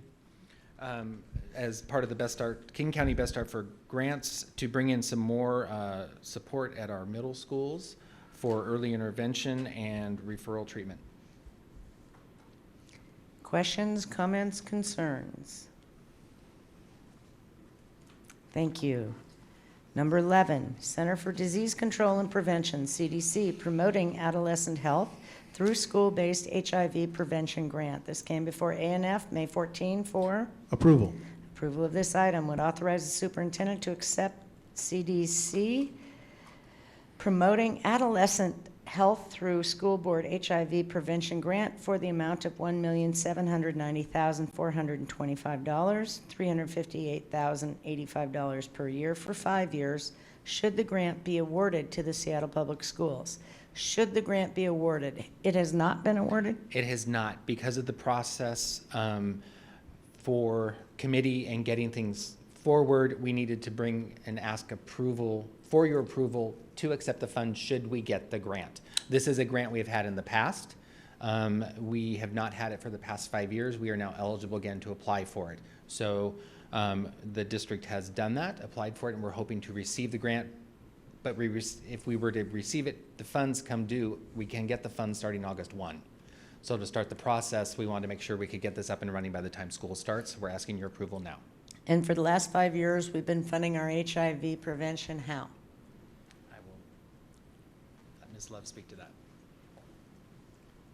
Lisa Love, Manager of Health Education. So for the last 5 years, we were not eligible to apply for this CDC funding, and the funding has been baseline dollars and very small grants from community agencies and partnerships with community agencies as well.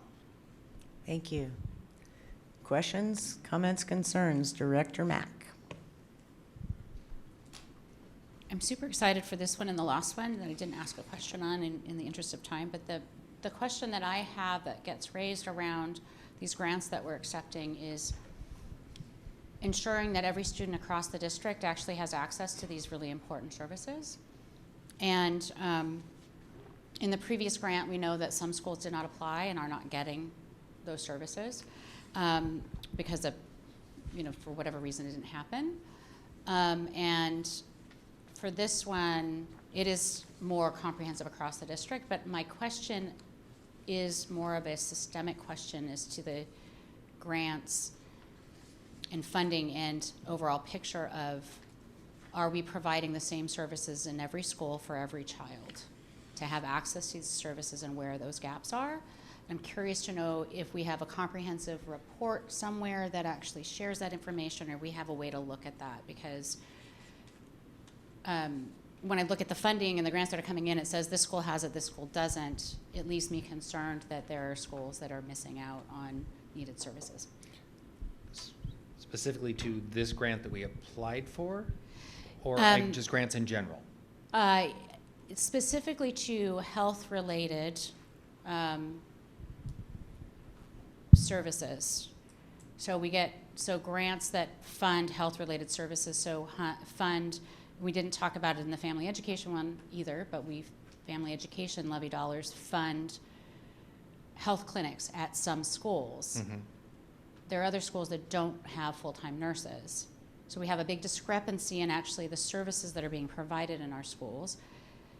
For nursing services, for things like HIV prevention services, for mental health, for suicide, all of these things a lot of them are grant funded, which means that there's schools and students that are missing out on those services. And so I'm curious, my curiosity is getting a better understanding of where those gaps are. And it's probably not something you can answer today, but approving each of these on their individual face is exciting to say, yes, we're serving these students, but then I'm concerned about all the students that may not actually be getting served. Does that make sense? So kind of do a gap analysis of where we have services at based on the funding across the district. Yes. Director DeWolf. I just want to reply to that, because are we using sorry, almost said the F word. Are we not using targeted universalism in this approach for these grants? Just one thing that came up with Director Mack was that everybody needs to have access to this, but under our approach that we're using per EOG, targeted universalism, targeted goals to reach targeted strategies to reach universal goals. So aren't these grants targeted universalism, not just universalism? Does that kind of answer the?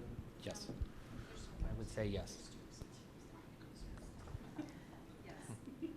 So can I request that you all put together a response to that addresses those concerns, and with the overlay of targeted universalism, sustainability, and equity. Thank you so much.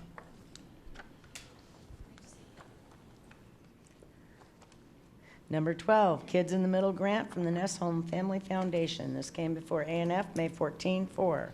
Approval as well as the next two items. Thank you, sir. Approval of this item would authorize the superintendent to accept the Kids in the Middle grant funds from the Nestholm Family Foundation in the amount of $655,255 for the 2018-19 school year. Triple dog dare anyone to talk against this. Questions, comments, concerns? Thank you. Number 13, approval of contracts for special ed related services, RFQ 5790. Came before A&F May 14, as he said, for approval. Approval of this item would authorize the superintendent to execute contracts generated from agencies providers approved through RFQ 05790, related service agency contracts for educational staff associates, ESAs, for a not-to-exceed total of $1,675,000 for the 2018-19 school year, based on yearly 2017-18 ESA contract totals. It's my understanding that this is for folks like occupational therapists, physical therapists, speech pathologists, where we cannot and have not been able to fill the positions, so we contract for them. Is that a fair recitation, Chief Jesse? And can you introduce your compadre there as well, please? Most certainly. Thank you for that opportunity. The answer is yes. It's for those wonderful positions. They're always in high need, well documented year in, year out. So this is the sandwich between what is on the student's needs on their IP as well as our collective bargaining agreement with SEA. And so when those services are needed and we're not able to fill those particular roles, we do have to go to outside vendors. And so this is one of the things we took up. Part of our comprehensive correction action plan was to actually pull together all those vendors and do an RFQ to request all those vendors and have them tracked under one. So we didn't have to keep going back and forth as frequently for contracts, which you know can be very troublesome to manage all those contracts for us and how frequent, because we have all those services, within a day, a couple days. And then this is one of our new directors. This is Beth Mills. We stole her from Tacoma, so I feel very, very fortunate to have her. And so she'll usually answer the questions on these. Welcome. And we have a federal mandate to provide these services under IEPs, correct? You said it very well, yes. So there's no choice in this matter, correct? There's zero choice in this matter. Okay then, thank you ever so much. Number 14, approval of agreement with Seattle, whoops, Mr. Burt, please. And Director Mack. I just wanted to ask, not wanting to drill down into the contracts, but I noticed that the individual positions and the hourly rate varies across providers a little bit, but even within providers. Is that because the contracts relate to specific individuals at a certain rate, or why would the rate be different, for example, for an occupational therapist at the same organization? There's multiple purchase orders that are billing at different rates. Yeah, sometimes they contract those. Those are different people sign up for different contracts, so those are billable rates. Thank you. Yep. Director Mack, please. We had this discussion at the A&F committee, and if I remember, we agreed to approval as long as we got some additional data provided around the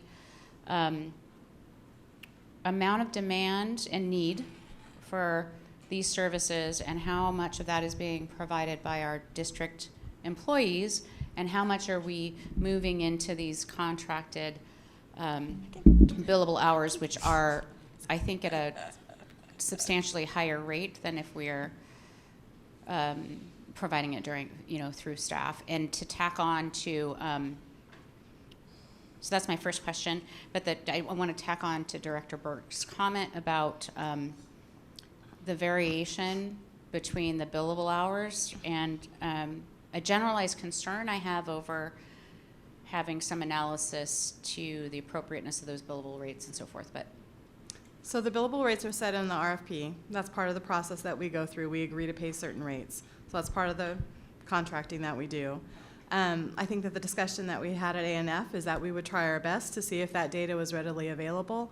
I don't know that we've been able to identify that data that we can easily pull forward.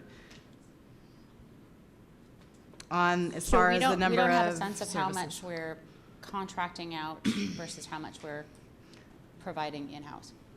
As far as how many kids are being served by each person? How many hours or some measure of that? Yeah, I think the program is still working on it. We had sent the email out. I don't know that we have an ETA yet for you. I think that's important information for this contract approval personally, because it sheds some light into a trend potentially. So I would say I don't believe it's important for this contract approval. I understand that you want that information overall, and that's important for how we structure our services.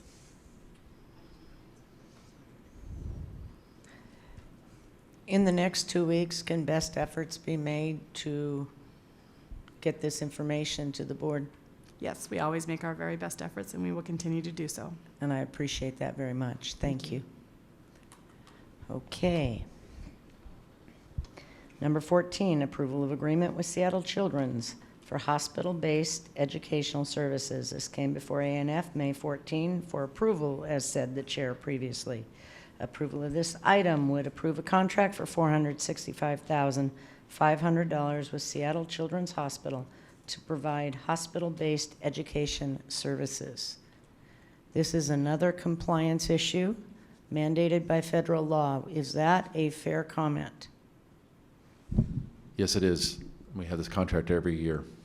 And with we're not Children's. going to leave children at Yeah. Seattle Children's Hospital without educational services.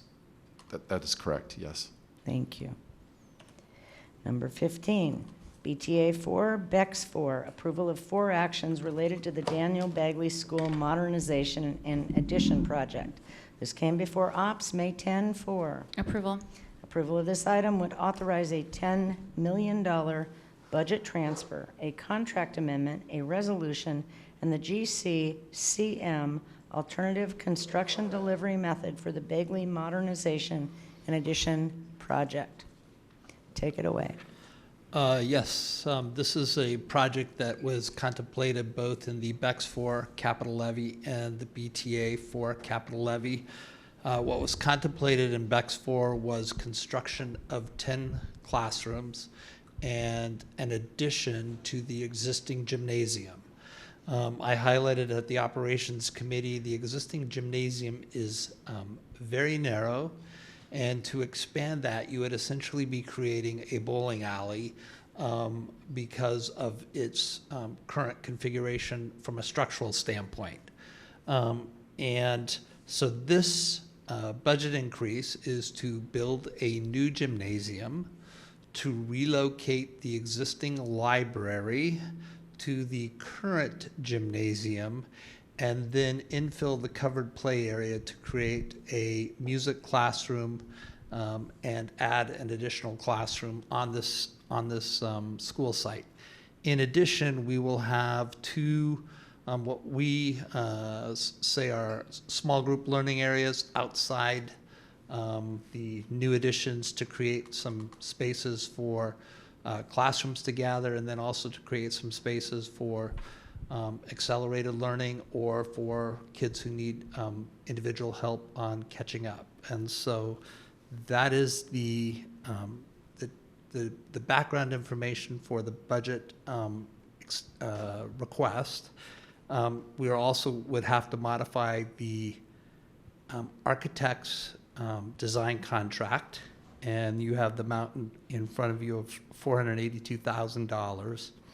And then we're seeking approval to utilize GCCM construction and asking that you approve the resolution. I will open it up to your questions. Has this gone before the BEX Oversight Committee, and what did they respond? We have notified the BEX Oversight Committee. Director Geary is a standing member on that committee. Director Mack attended the last committee. We talk about project updates. and express concerns. We'll note that we are utilizing 4 different contingencies for implementing this. The BEX Oversight Committee is very careful to note that they want to reserve some program contingency in BEX 4 until we get to the end of the program. Questions, comments, concerns from my colleagues?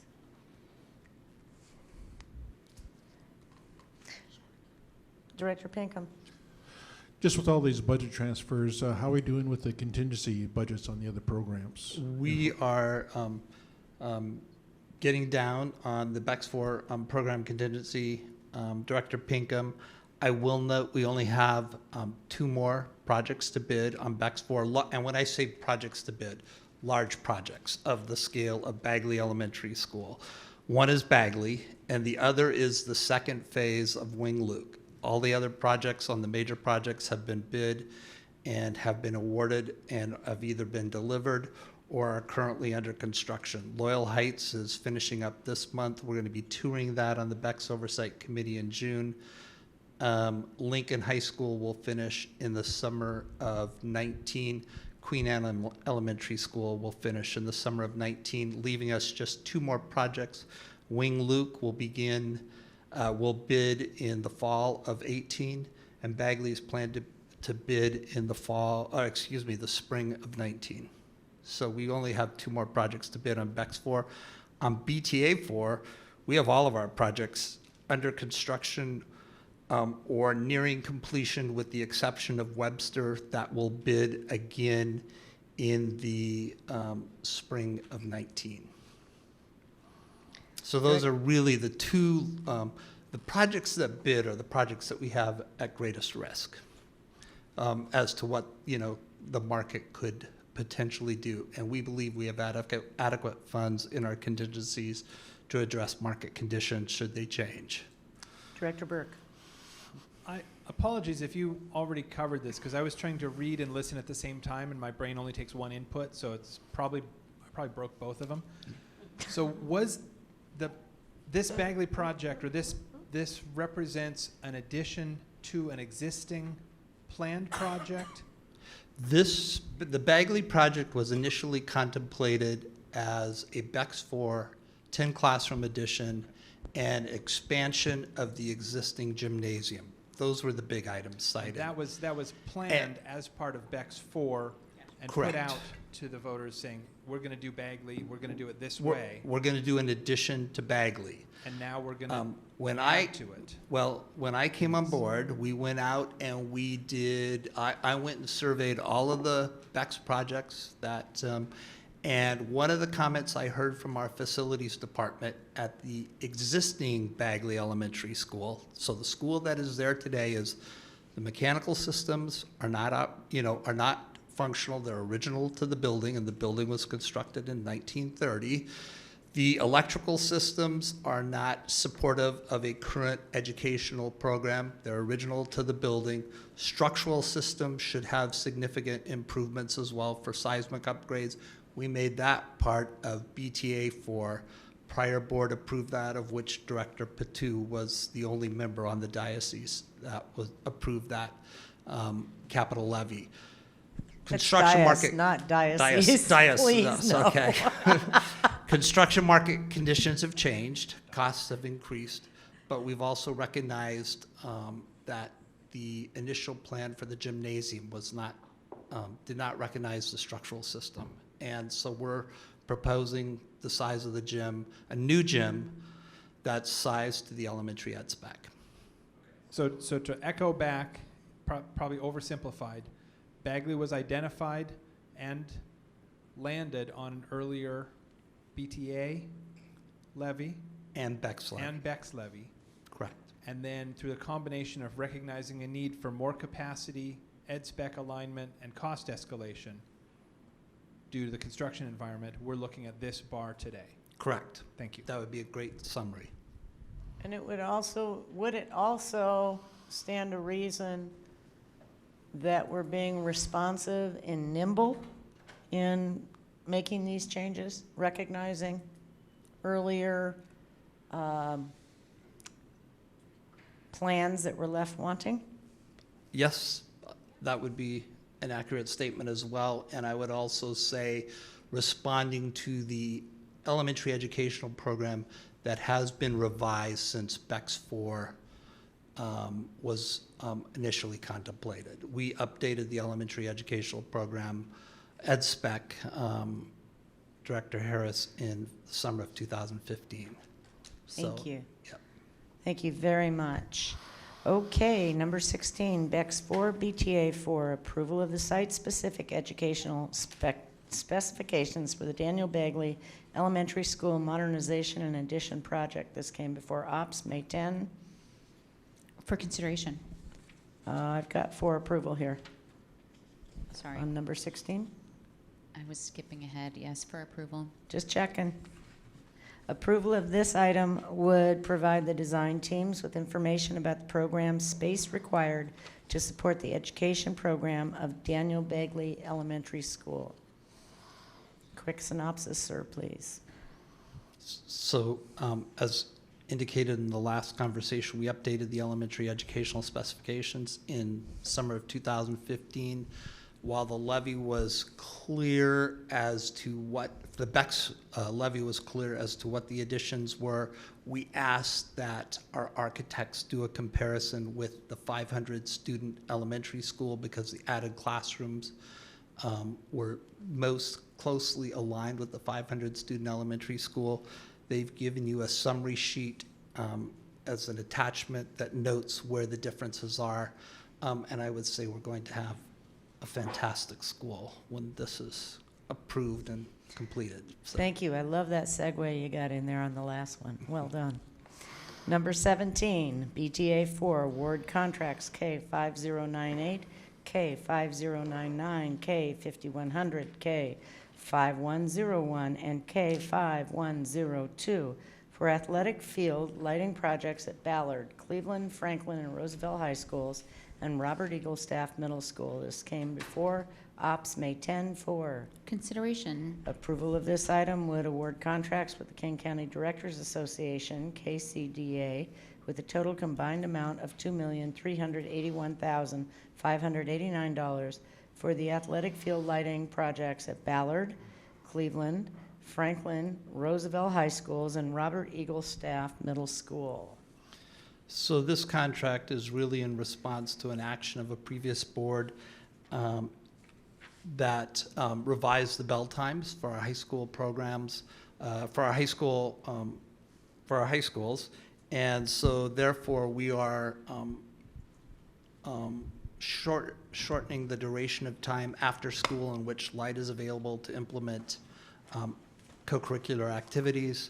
We're asking to install field lights at those high school athletic fields to allow those co-curricular activities to extend into the evening with the field lights. And the projects are planned to be implemented late summer, early fall, once we can finish and conclude the SEPA and master use permit process with the City of Seattle. Comments, questions, concerns? Director I'd also Matt. like to add that these are under budget, right? These are all under budget. All under budget. Yay. Yes. Other comments, questions, concerns? Did you hear public testimony concerns about the SEPA process? I did not. The cameras are not working on the web today. I usually listen upstairs, but I did not hear public testimony. My understanding is it will be uploaded tomorrow. So if you could listen to those public comments and be ready to address those at action. Sure. Much appreciated. And one real quick question before we move forth. These are energy efficient lights. These are lights that don't have the same kind of spread than the lights of old that drove the neighbors crazy. That is correct. These are LED lights that are highly efficient, and we will have very minimal foot candles leaving our property, literally the 0.2 range, so at most of these school sites. So there's very little light spread off of our property. Thank you so much. Number 18, Bex 4, we're just going to keep you there till the end of the meeting.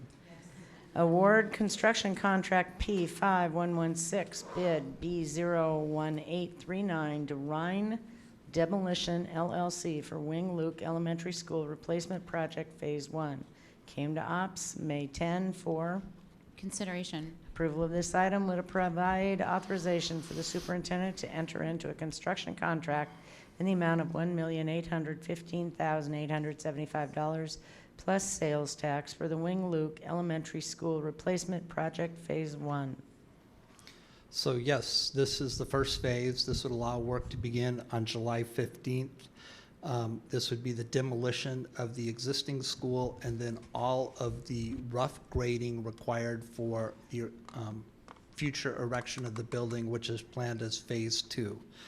This came forward to you for consideration because we were asked by the operations committee to articulate why we're not able to save the 2005 addition. The 2005 addition is a U-shape around the existing gymnasium. The existing gymnasium is way undersized. And we also noted that there were several public comments that the public was asking us to address with the redesign of the building that would have been much more difficult to address had we not demolished that existing gymnasium. That information is in your bar. Questions, comments, concerns? Director Mack. Just to thank you for being so responsive and pulling that information together. Well, there's no question about the fact that we're making a public record here, folks, and appreciate that we're partners in that. Number 19, BEX 4 and BTA 4, Resolution 2017-18-13, Racial Imbalance Analysis for Lincoln High School Modernization Project. Ops May 10 for Approval. Approval of this item would certify that the project will not create or aggravate racial imbalance. Yes. So what we did after you established the boundaries for Lincoln High School, we looked at those boundaries and the new boundaries that were created for Roosevelt and Ballard High School from a time period of 2010 to projected enrollment of 2021, or to the projected enrollment of 2021. We had 8 years of actual information and 5 years of projections, or 4 years of projections. And what we learned is from the time period of 2010 to 2012, Lincoln High School, Roosevelt High School, both would have been racially imbalanced. From 2013 forward, those are no longer would be racially imbalanced, and as they're projected, they will not be racially imbalanced. With the new boundary for Ballard High School, from the period of 2010 to 2020, it will be racially imbalanced. In 2021, when we have all 4 grades at Lincoln High School, Ballard High School will then become racially balanced school. And so we have reviewed our methodology with OSBI. They've concluded that our methodology is correct, and so we're recommending approval to you. Again, I think for the importance of this point is to recognize that in 2019, Lincoln High School opens with 9th and 10th graders. 2020, it's 9th, 10th, and 11th graders. And in 2021, all three of these high schools will be racially balanced by the WAC definition. So. Seeing no comments, questions, concerns, I go to 21. Excuse me, I go to 20. BTA 3, final acceptance of Public Works Contract K5058 with Neely Construction and Cabinet Company for the athletic field improvements at Franklin High School and athletic field improvements and new fire sprinkler systems at Salmon Bay K8 project. This came to ops May 10 for Approval. Approval of this would give final acceptance of Public Works Contract K5058 with Neely Construction and Cabinet Company for the athletic field improvements at Franklin High School and athletic field improvements and new fire sprinkler systems at Salmon Bay K8 project. Yes, so your approval is required for us to release retainage on this project. We have to submit paperwork to the 3 state agencies that are listed. And once you approve the project, 45 days later, we're allowed to release project retainage, provided they have no liens against the project. Questions, comments, concerns from my colleagues? Director Mack. These are action items that are like a celebration. We should have like exploding confetti or something. So we can arrange for that. Yeah. So here, yay. So thank you. 21 and last, BTA 4, final acceptance of contract K5077 with Western Ventures Construction for the Garfield High School roof replacement project. Ops May 10-4. Approval. Approval of this item would approve final acceptance of contract K5077 with Western Ventures Construction. Yep. As Director Pt2 said at one point, is this the last we have to hear about that roof? Yes, this is the last you will have to hear on the Garfield High School roof. We will have the Ballard and West Seattle roof yet to bring to you, but you will not hear about Garfield's roof anymore. That's worth confetti on its own. Yes. Any questions, comments, concerns? Seeing none, we adjourn this meeting at 8:45 p.m. Thank you ever so much. Thank you. And Mr. Associate Superintendent Hernan, how nice is it not to have to come to the box? There you go. It's a team.